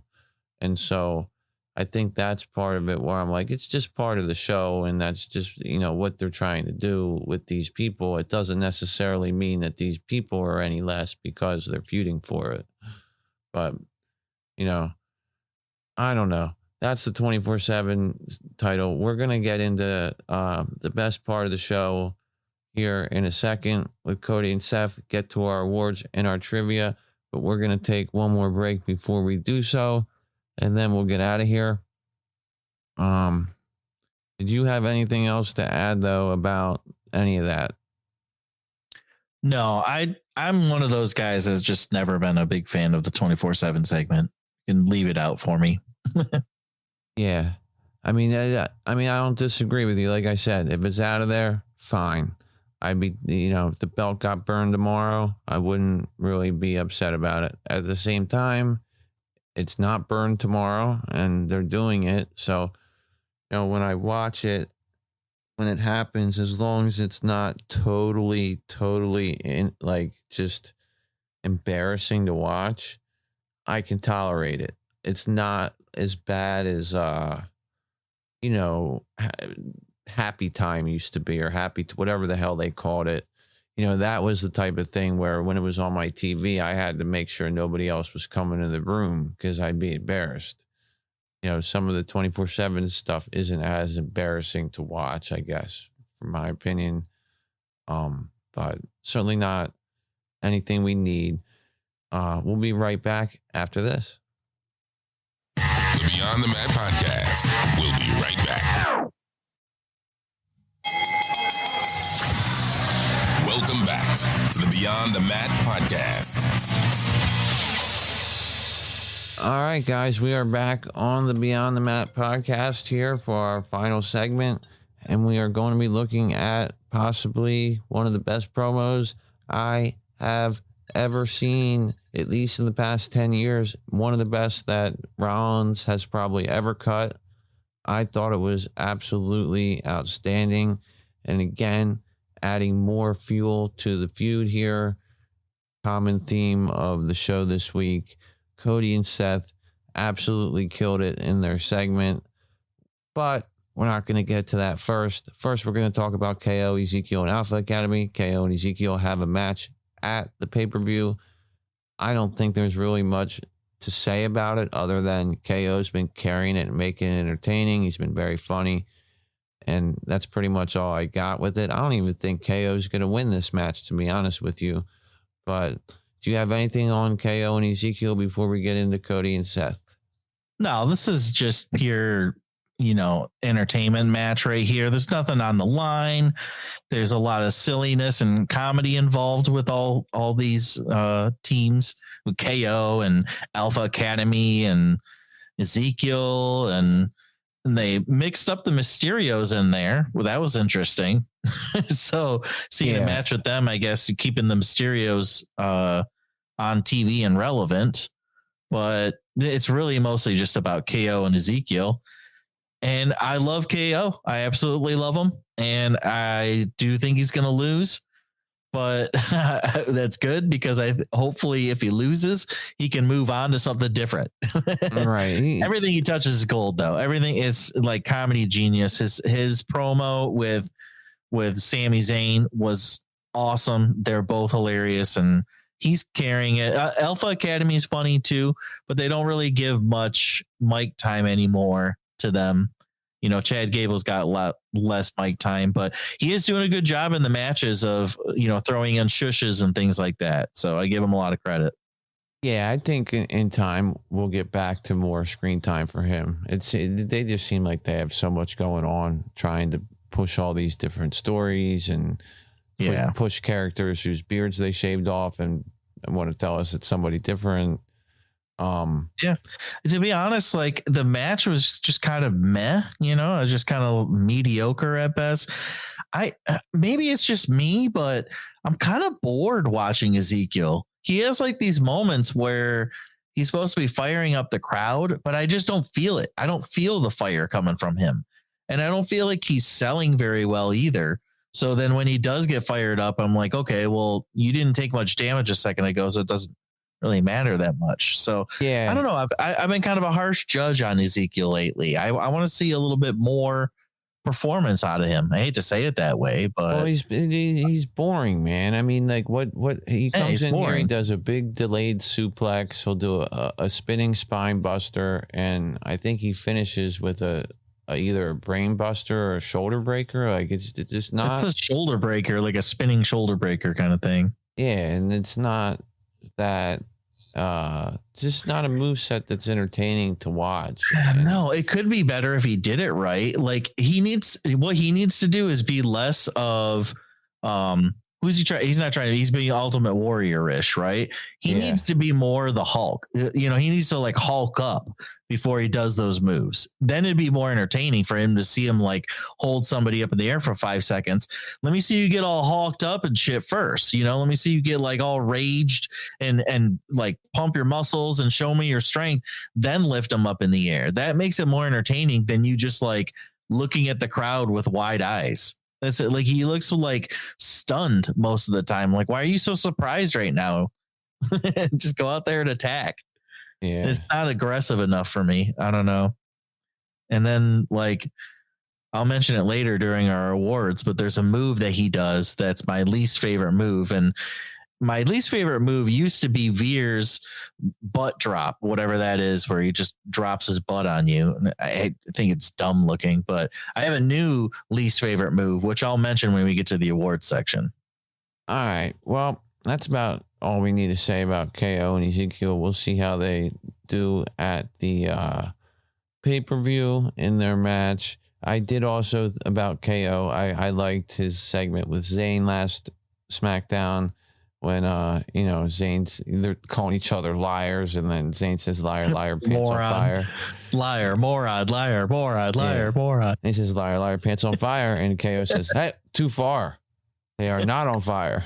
I just think those comedy genius. Those guys are great. He's great. So, again, not too much to the feud. Not sure what the hell they're gonna do with Ezekiel after this. But interesting to see KO go from Stone Cold Steve Austin to Ezekiel like that. But yeah, he might be moving on to Sami Zayn next. Who knows? yeah. So we got like we said, we want to talk about this Cody and Seth feud here. We do have the promo of Seth tracked here, so we're going to go ahead and play that and then talk about it. Here it comes. Oh, yeah. Cody, Cody, Cody. You can wax poetic all night long about my motivation. Welcome home, Seth! But I'll make it very, very easy for you to understand. It's really quite simple. I don't like you.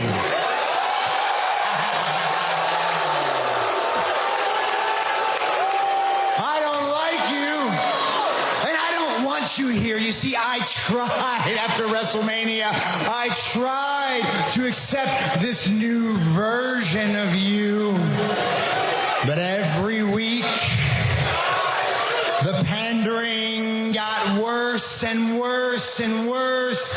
And the Cody chants got louder and louder and louder. And now all I hear in my sleep is Cody, Cody, Cody. And I can't stand it any longer.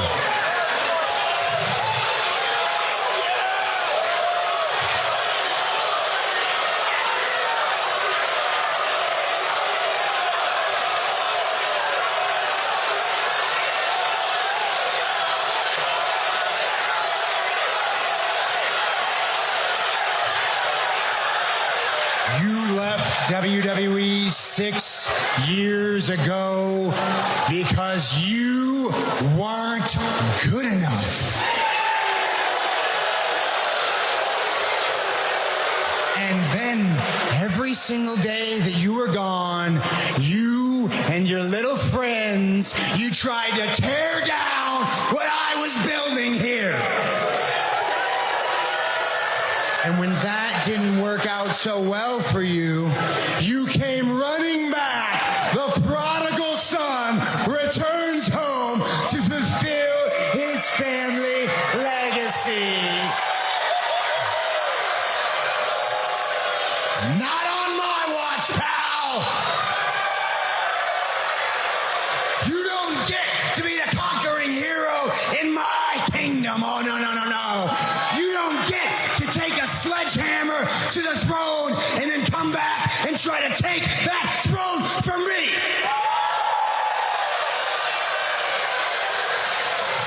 I'm going to say it again. I don't like you. I don't want you here in 6 days inside on a cell. I'm going to prey on your insecurities, and I'm not just going to change you, Cody. I'm going to end you. And then we can all finally wake up from this American nightmare.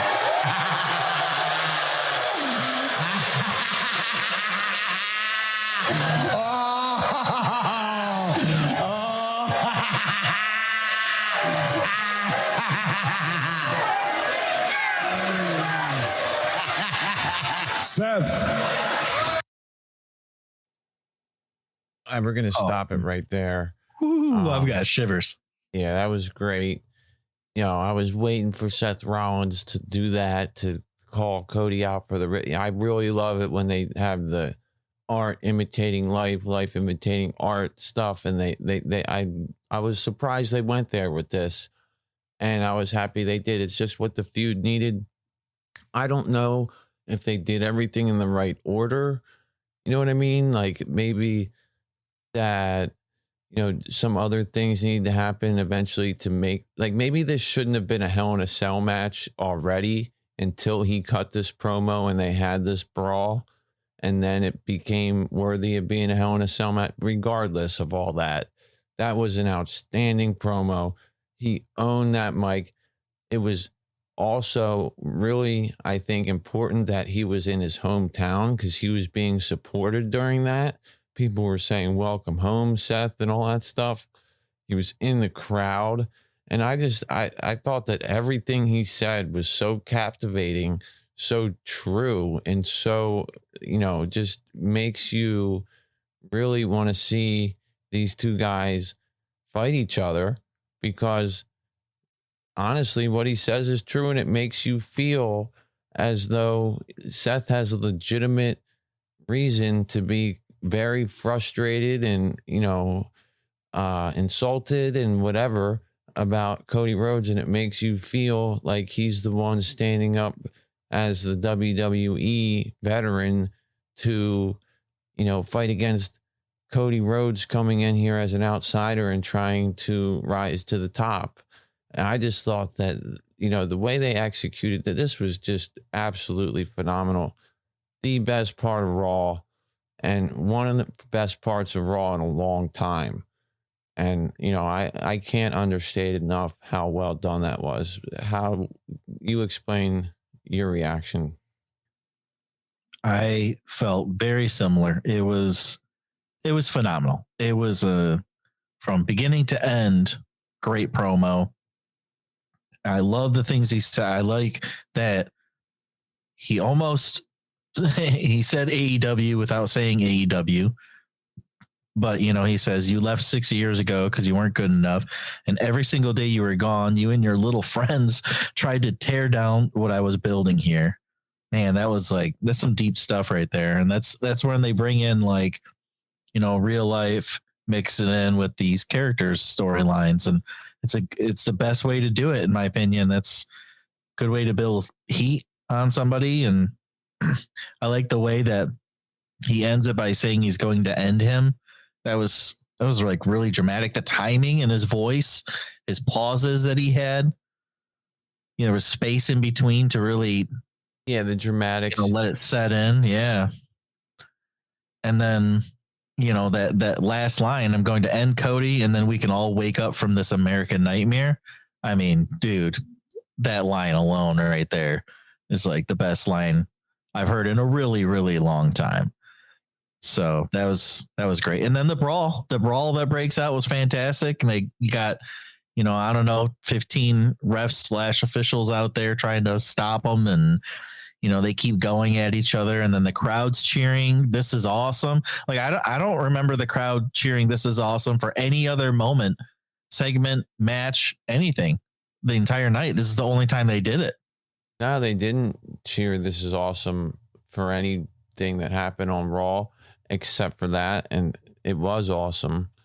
And like you said, having the brawl afterwards and 13 guys having to separate them, and then it being one of those brawls where, they get separated and then keep going after each other, get separated, keep going after each other. You could tell that's what Seth said really got under Cody's skin, as it should. And you can tell that the fact that Seth said that means that Cody has really gotten under his skin. I just really liked it, the way that he referred to him, running off with his friends and destroying the throne with the sledgehammer and all that.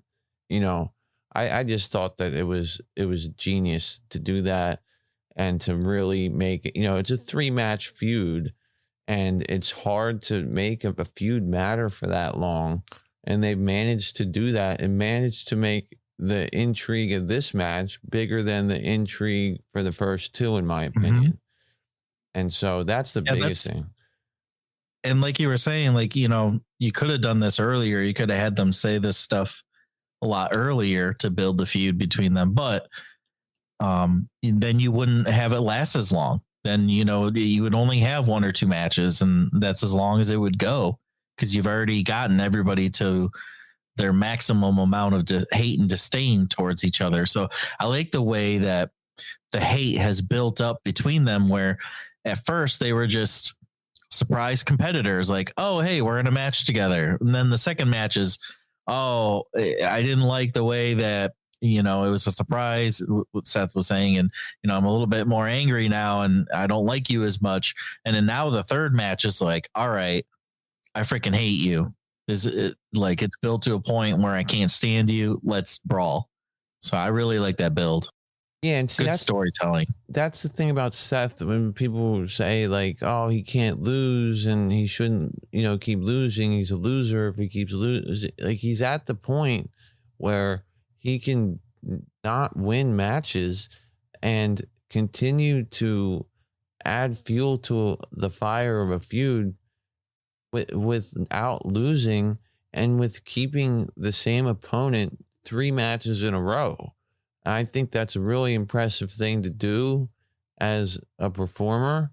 And it's also a reason why he does not need to win. He's that good that he can do stuff like this and make the match matter and make you feel like it matters, regardless of the fact that we've already seen him lose twice to Cody. Now there's a new motivation in it. Now he's so far under his skin and he's so pissed off about what's happened in the past and where Cody went and what he did, that is going to be different this time. And I don't think it would ever have been appropriate to draw from this earlier in the feud itself. I just think with respect to the Hell in a Cell match, having the order of it different, like, just, okay, Seth cut this promo. The refs couldn't pull him apart. This needs to go into a cell. So the decision to put it in the cell, I felt would have been more appropriate to happen after this, but I don't really care. I can't criticize it because it was so good. Was it announced last week? I think so. So basically you just wanted them to wait at least one more week before they announced that it was a Hell in a Cell match. I see what you're saying, but they didn't have anything else that they've said is Hell in the Cell yet, have they? So that's the same thing I was going to say. They could have waited. Something. They could have just waited until this week. Yeah, but again, like you were just alluding to, like Hell in a Cell pay-per-view, they kind of need to bill some matches the Hell in a Cell match if they're only having one. So, I understand why they didn't. I just feel I'm just trying to think of ways that it could have been better or could have affected it better. And, just the arrangement of things maybe could have, but that doesn't matter. It was perfectly done. This is why Seth Rollins is one of the best in the business. And to be honest with you, like the Cody Rhodes promo is getting very formulaic and very sort of, he almost says the same crap every time. And while it's important, like sometimes he doesn't come off as the same type of baby face as other big baby faces do. He comes off as an entitled baby face or a baby face who thinks that he knows how to navigate everything. And usually baby faces aren't that way. They should be confident, but he sort of just, I don't know. Cody's promo is very, very sometimes, too many big words and stuff like that. And I just think, Seth doing this totally, saves the fact that we had some repetitive Cody promos, in my opinion, and just ignites a huge fire behind this feud.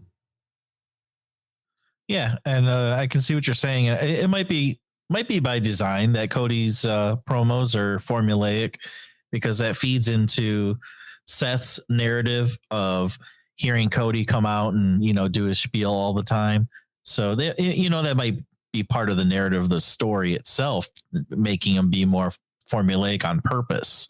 So it gets under Seth's skin. But I mean, I think what you're getting from him is more of a I'm smarter than you, I'm smarter than everybody else in the room attitude. And that's definitely more of a heel approach. Heels are always saying they're the smartest person in the room. So that's the feeling that you're getting from Cody, I'm assuming. And I can see why. I mean, he uses big words, and I mean, I personally, I like it. I like when wrestlers get all smart, but that's probably because I love heels. So I like when they try to like act like they're smarter than you. I am entertained by that for some weird reason. So I actually liked what Cody was doing, but the audience was not a huge fan. They started giving him what chance just before Seth interrupted. Yeah, he was getting wadded, and I was like, wow. And again, maybe part of that has to do with it being in Seth's hometown. They know that Cody is Seth's opponent. He's in there talking about Seth. So, and I had to give credit for WWE, for doing that. Part of what I wanted to say with the timing of it, they did it when they knew they were in Seth's hometown, where they knew he would have support in the crowd. And I think that was an important part of it too. I think making sure you did it somewhere where you were going to get, at worst, a mixed reaction, if not a reaction slightly positive for Rollins, then it's a situation where it creates even more heat between the two of them. And I think that part of it too is, an underrated, important aspect of it. The fact that it was in his hometown. But yeah, what I was sort of trying to grasp at with Cody is that he does come off as, the smartest guy in the room type of thing all the time. And I agree with you. Heels are more entertaining because they're out there mostly being themselves, and they're mostly, taking advantage of situations, and it's funny and entertaining, and they're not as scripted as the baby faces are, generally speaking. So, I totally agree with you all the way around on that. But I think we're looking at, probably the best of the three matches that they've had in the cell. I'm interested to see how they use the cell. The two of them definitely can headline this show if they want to. We'll see what happens. Do you have anything else on Cody and Seth before we go into our weekly awards? I wish that this was, a few years back WWE, and the match could be more unhinged. Because I mean, if both of these people could have a no holds barred match, like a real one, like from back in the day where you could do anything else you wanted to, I'm sure we would see fire. We would see barbed wire, 2x4s probably. We would see chairs and tables, of course. We would see all that mayhem if they could do what they wanted to. So I'm just hoping that we get to see some form of mayhem between the two of them, especially after that brawl that broke out. Like, I can see somebody getting bloodied up. I hope so.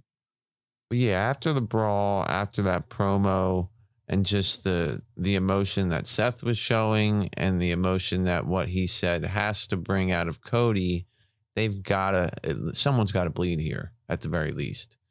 And, I know that WWE doesn't like blood as much. It's one of the things that they take pride in, but I mean, come on, this is a blood feud. Let's get it on. And so that's how I feel about that one. It's going to be a great match either way. So like, I'm 50-50 between this and the triple threat women's Raw title match as far as most anticipated match on the card. Well, they're probably going to place them as far apart on the card as they can. So open and closing. Yeah, but regardless, I agree with you. Those are the two most anticipated matches on the card for me as well. I mean, the other match, we got KO Ezekiel. And we got Theory Ali, Omos versus Lashley and MVP. And what the hell is the sixth match?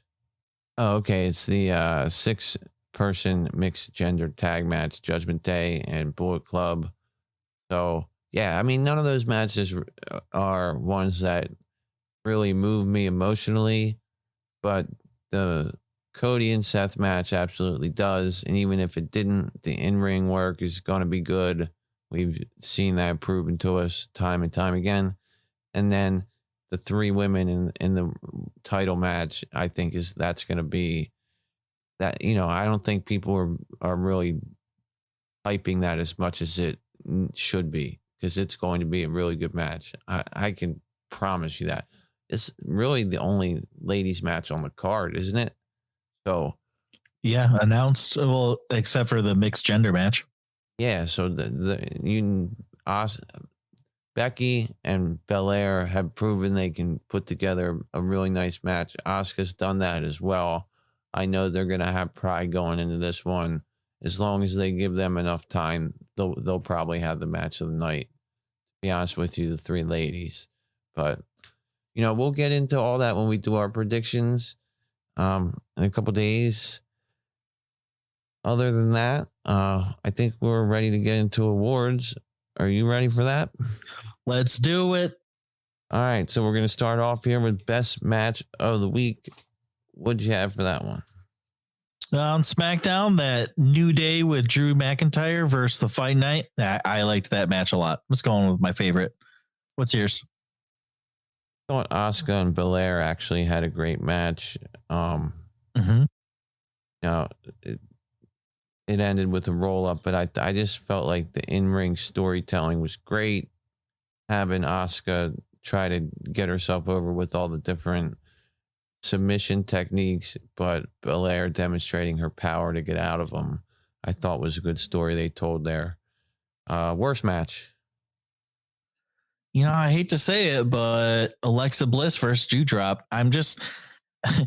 I'm not impressed with this return yet. I mean, Alexa Bliss looks decent in the ring, but her matches are extremely short, and I still don't know where they're going with her character. I still don't know what kind of storyline she's supposed to have. And then on top of that, Doudrop comes out with Nikki ASH, and they don't even say Nikki's name. It's hilarious. They just say, and coming to the ring is Doudrop. And Nikki's just there. So they didn't even do anything with their characters either. So overall, I was just bored with the whole thing. Yeah. Worst match for me was by far, well, not by far, but I wasn't into the Mysterios with Ezekiel against Alpha Academy and KO. I could see that. Why do we need Mysterios involved in this? You know what I mean? And then you got, I'm just not a fan of the Mysterios very much when Dominic's involved. I think Ray, I can't believe that he can do some of the things he does after all these years, but the match just didn't make sense. It didn't need to be there. When Ray and Chad were in there, it was good. For like the 2 minutes, those two went back and forth. That was cool. But then you have boring Dominic, you have boring Ezekiel. KO didn't get to do much. Yeah, he didn't get to do anything. They had the one cool spot where they were all trying to drop kick Otis down, and then it took 3 of them. Yeah, and Ray finally hit him with a seated senton that took him down. That looked pretty painful. But and then they did the 619 into the shoulder breaker or whatever it is that Ezekiel does, and it's like every match they're going for the 619, and then whatever, I don't know. And then at the end of the day, they have nothing to do up to this point with any of these characters. They've been feuding with Veer Mahan, so I don't understand what the point of them being there. But God love Rey Mysterio. His match was the worst this week. Moving on, best promo for you. I really had a lot of options here. There's some really good promos that happened over the last week. I really liked Becky Lynch's promo before she got interrupted. She was killing it. I like Shotzi's delivery on SmackDown. She finally got a chance to, say some stuff. I have to say that the KO show with Sami Zayn was a great promo by both of them on SmackDown, but my favorite was definitely the Seth frickin' Rollins promo, and that's why we had to listen to it today, because there's only one way to explain how great something is for you to experience it, and I'm glad everybody got to hear it today, because that was a hell of a promo. Me too. I'm glad we had the technology to do that, and I was happy to hear it again, and I agree with you. We'll sweep that one. That was the best promo of the week, the Seth Rollins one. What was the worst one for you? It's pretty much anything that New Day ever does. So when they were out there I'm sorry, not when they were out there, when they were backstage being interviewed and they were being asked who might be their partner, they were just really annoying to me. So that's my worst promo. But I didn't really. This is a good thing. I didn't have a lot of choices for worst promo in the last week. Most of them were at least decent. Yeah, most of them weren't that bad. I'm gonna go with the fact that Street Profits came out and instead of talking about anything they're gonna do, they just build everybody, or not build, but hyped everybody on the match, on the pay-per-view, who's building a match on it. Like, why do we need the Street Profits out here cutting a promo for everybody else? So to me, that was the worst promo of the week. What was your best segment or moment? The Cody Rhodes and Seth Rollins brawl. Simple as that. Best segment. Yeah, I thought that was a great segment. Because I gave the best promo to Rollins in that segment, I'm going to say the best moment was when the Bullet Club, quote unquote, hit all their finishers post match and laid Priest out. You know, it was pretty cool when Styles came over with the forearm and the coup de grace, and Liv Morgan hit her move. So I thought that was nice. And then obviously they stood tall in the ring and did the Too Sweet sign. So I thought that was the best moment. What was your worst moment or segment? Well, you didn't sell me well enough. My worst segment was a 24/7 segment. I've just never been a fan. So usually when I see it, it ends up my worst segment. Yeah, it's hard to argue with that. To me, the worst segment was the contract signing with Lashley and MVP because it just felt totally unnecessary. I didn't feel like they executed it poorly. I just thought that the fact that it existed was not necessary at all. It happened to close the show. The main event of the show was a contract signing that lasted 5 minutes. So I'm grading it on a curve. That was my worst segment. What was your best line? There's a lot of good lines that Seth gave in his promo, so it'd be hard to not choose one of them. But I'm actually going to go with a line that Cody Rhodes said, and I don't know why, but it just really stuck out to me, and it like hit me for some reason. But he was describing Seth as being, full of envy and jealous. And he says, envy is the act of counting other people's blessings without counting your own. Jealousy leads men to desperate measures. And I thought that was kind of cool saying. I don't know why, but it just kind of captured me. Yeah, that was actually a good one. Mine came from Smackdown, and that was when Kevin Owens said, in response to Liar, Liar, Pants on Fire, that's too far. They're not on fire. I thought that was really funny. And I forgot to mention earlier, he got turned down at the end of his segment with Zayn, and then Zayn got embarrassed by the Usos later on, thinking that they, were in with him. So it was kind of like they both got dumped by somebody that they thought trusted him. You know what I mean? And yeah. Well, Sammy did get named an honorary Us. Yeah. But you saw how they were sort of messing with him, you know what I mean? And I don't know. It's just they're obviously setting him up for a letdown, you know what I mean? But yeah, of course. It was interesting how we know Zayn and KO are good friends and all that stuff, and they good friends in the company, and then they have that segment and KO's like, finally somebody believes me, and then Sammy turns on him or whatever and says, you know what, I don't believe you, go back to Raw. And then the despair in KO's face, like the acting there, that was excellent by him. Yeah. So what was your worst line?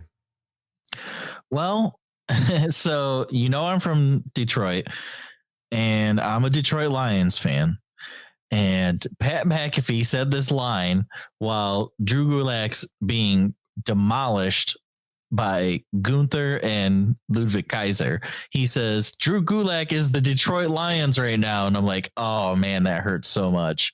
So that was more of a personal thing that really caught me. I was like, man, Pat, you just cut to the core there with that line. So as a Detroit Lions fan, that hurt a lot.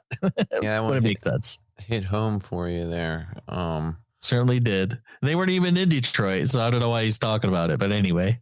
Yeah, my worst one was Asuka with the baby crying stuff. Again, anytime they do that, anytime they do that, that's going to be my worst line.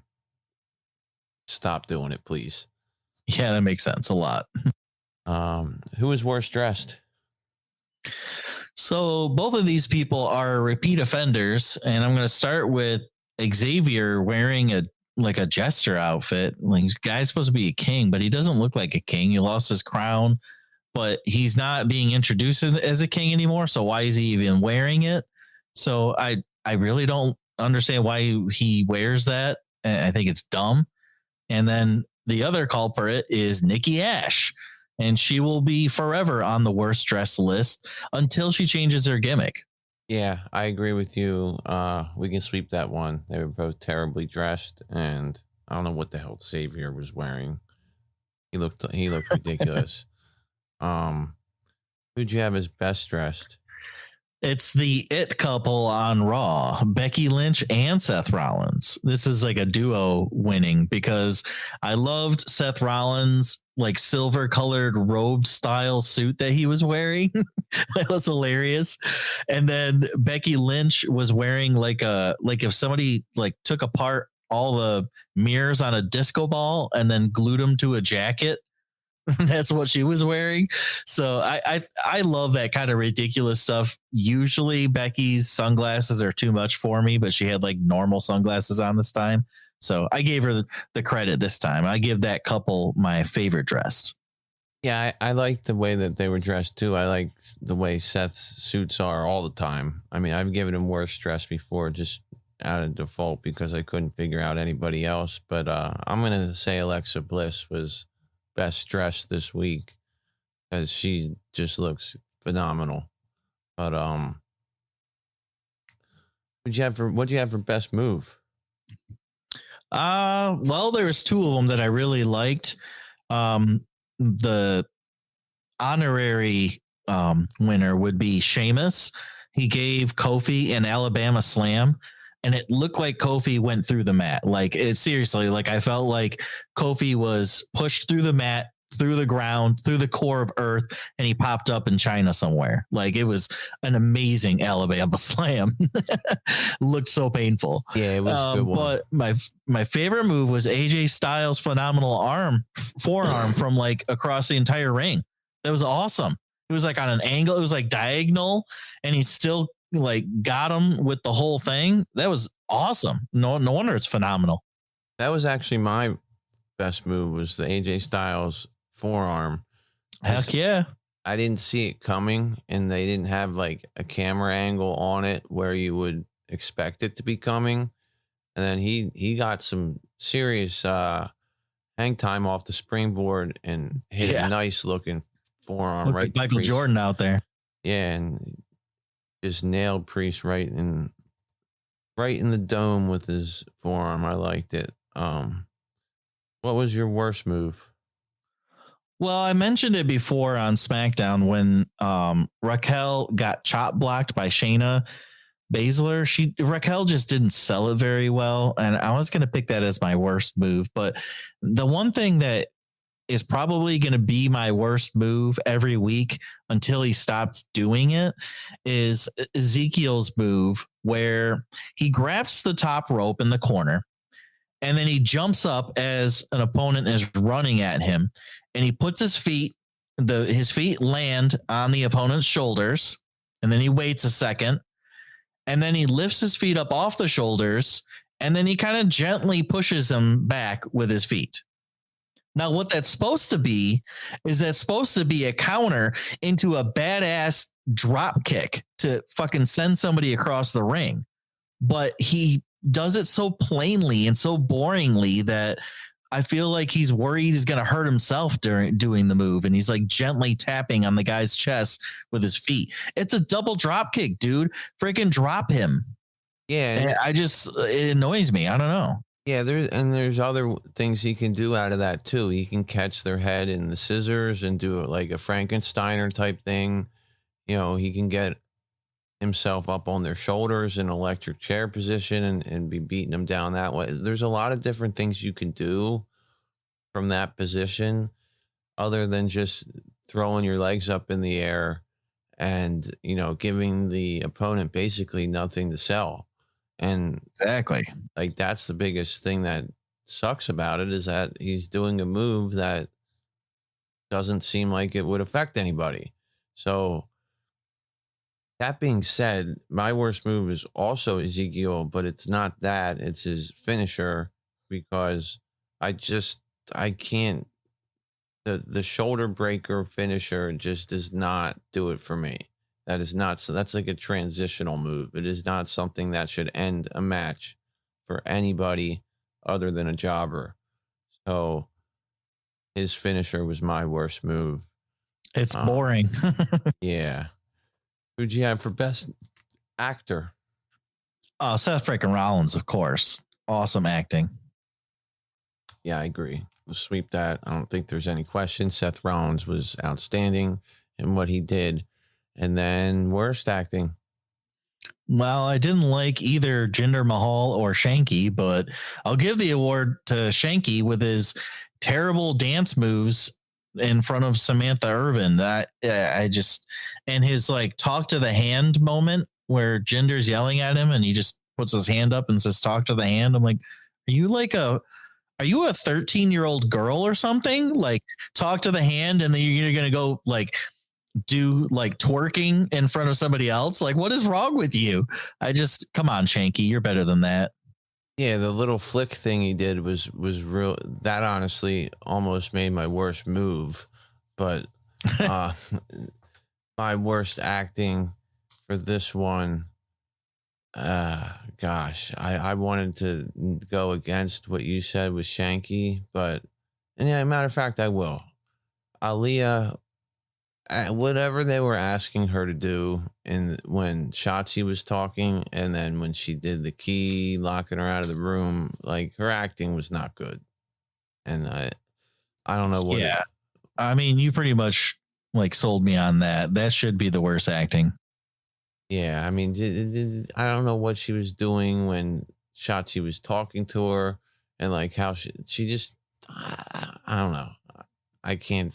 Like there's a bee flying around her head and she's like tracking it with her eyes. She's like looking all around and smiling and giggling. What the fuck are you doing? Yeah, and I don't know what it is with her that is I don't know if maybe her haircut is like not working with her, like, and I'm being generous here by saying it's her hair. Like, good looking young lady, and obviously has some promise or they wouldn't have brought her up to the roster. But other than that one feud she had with Natalya over the world record stuff, you know, she really hasn't done it that much. And when I've seen her do things, it's just not impressive at all. Like, you know, when they did the Beat the Clock challenge, Shotzi and her were the two people, and, you know, people were like, oh, well, they're going to get cut after this because they're just making them look like crap. Shotzi. Yeah, I certainly thought that. Yeah, Shotzi actually like was creative in the way that she tried to make Ronda beat the clock. Aaliyah basically just, you know, killed time, but didn't do anything that was any sort of defense or offense to Flair at that time, like to hold up the time. It was basically like Flair had to pretend like it took her that long to make her say, I quit. And I don't know. Maybe I'm being too hard on Aaliyah, but whatever. She had worse acting this week.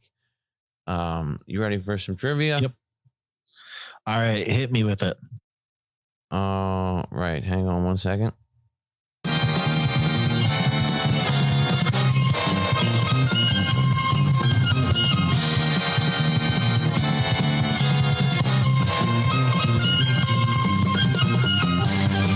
Welcome to trivia. That's my best announcer voice. The Rock entered the WWE under the name Flex Cavana. That was, I mean, he didn't enter WWE, but that's what he started training as.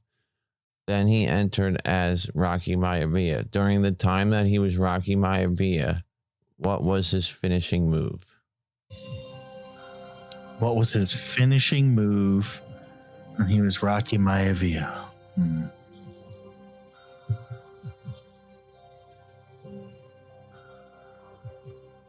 Common theme here.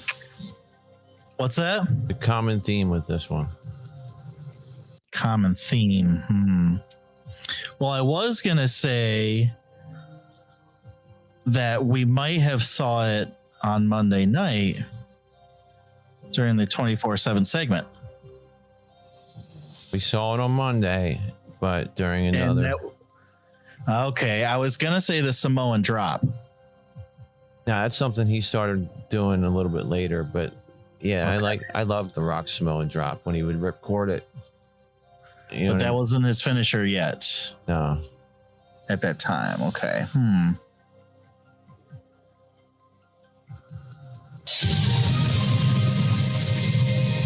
I don't know. What was it? You don't have any guess? I don't know, man. There's a million moves out there. All right. Shoulder breaker. Look at that. Shoulder breaker was his finishing move when he first started. And I did that because we were talking about how stupid Ezekiel's shoulder breaker is. And I remembered that The Rock came in as Maivia and shoulder breaker was his original finishing move. And, figured it fit the situation. Anytime I can fit The Rock into the show somehow, I'm going to. So, Look at that long-term storytelling you have over an entire show. yeah, That's how you do it, folks. I'm talking about, man. You know what I mean?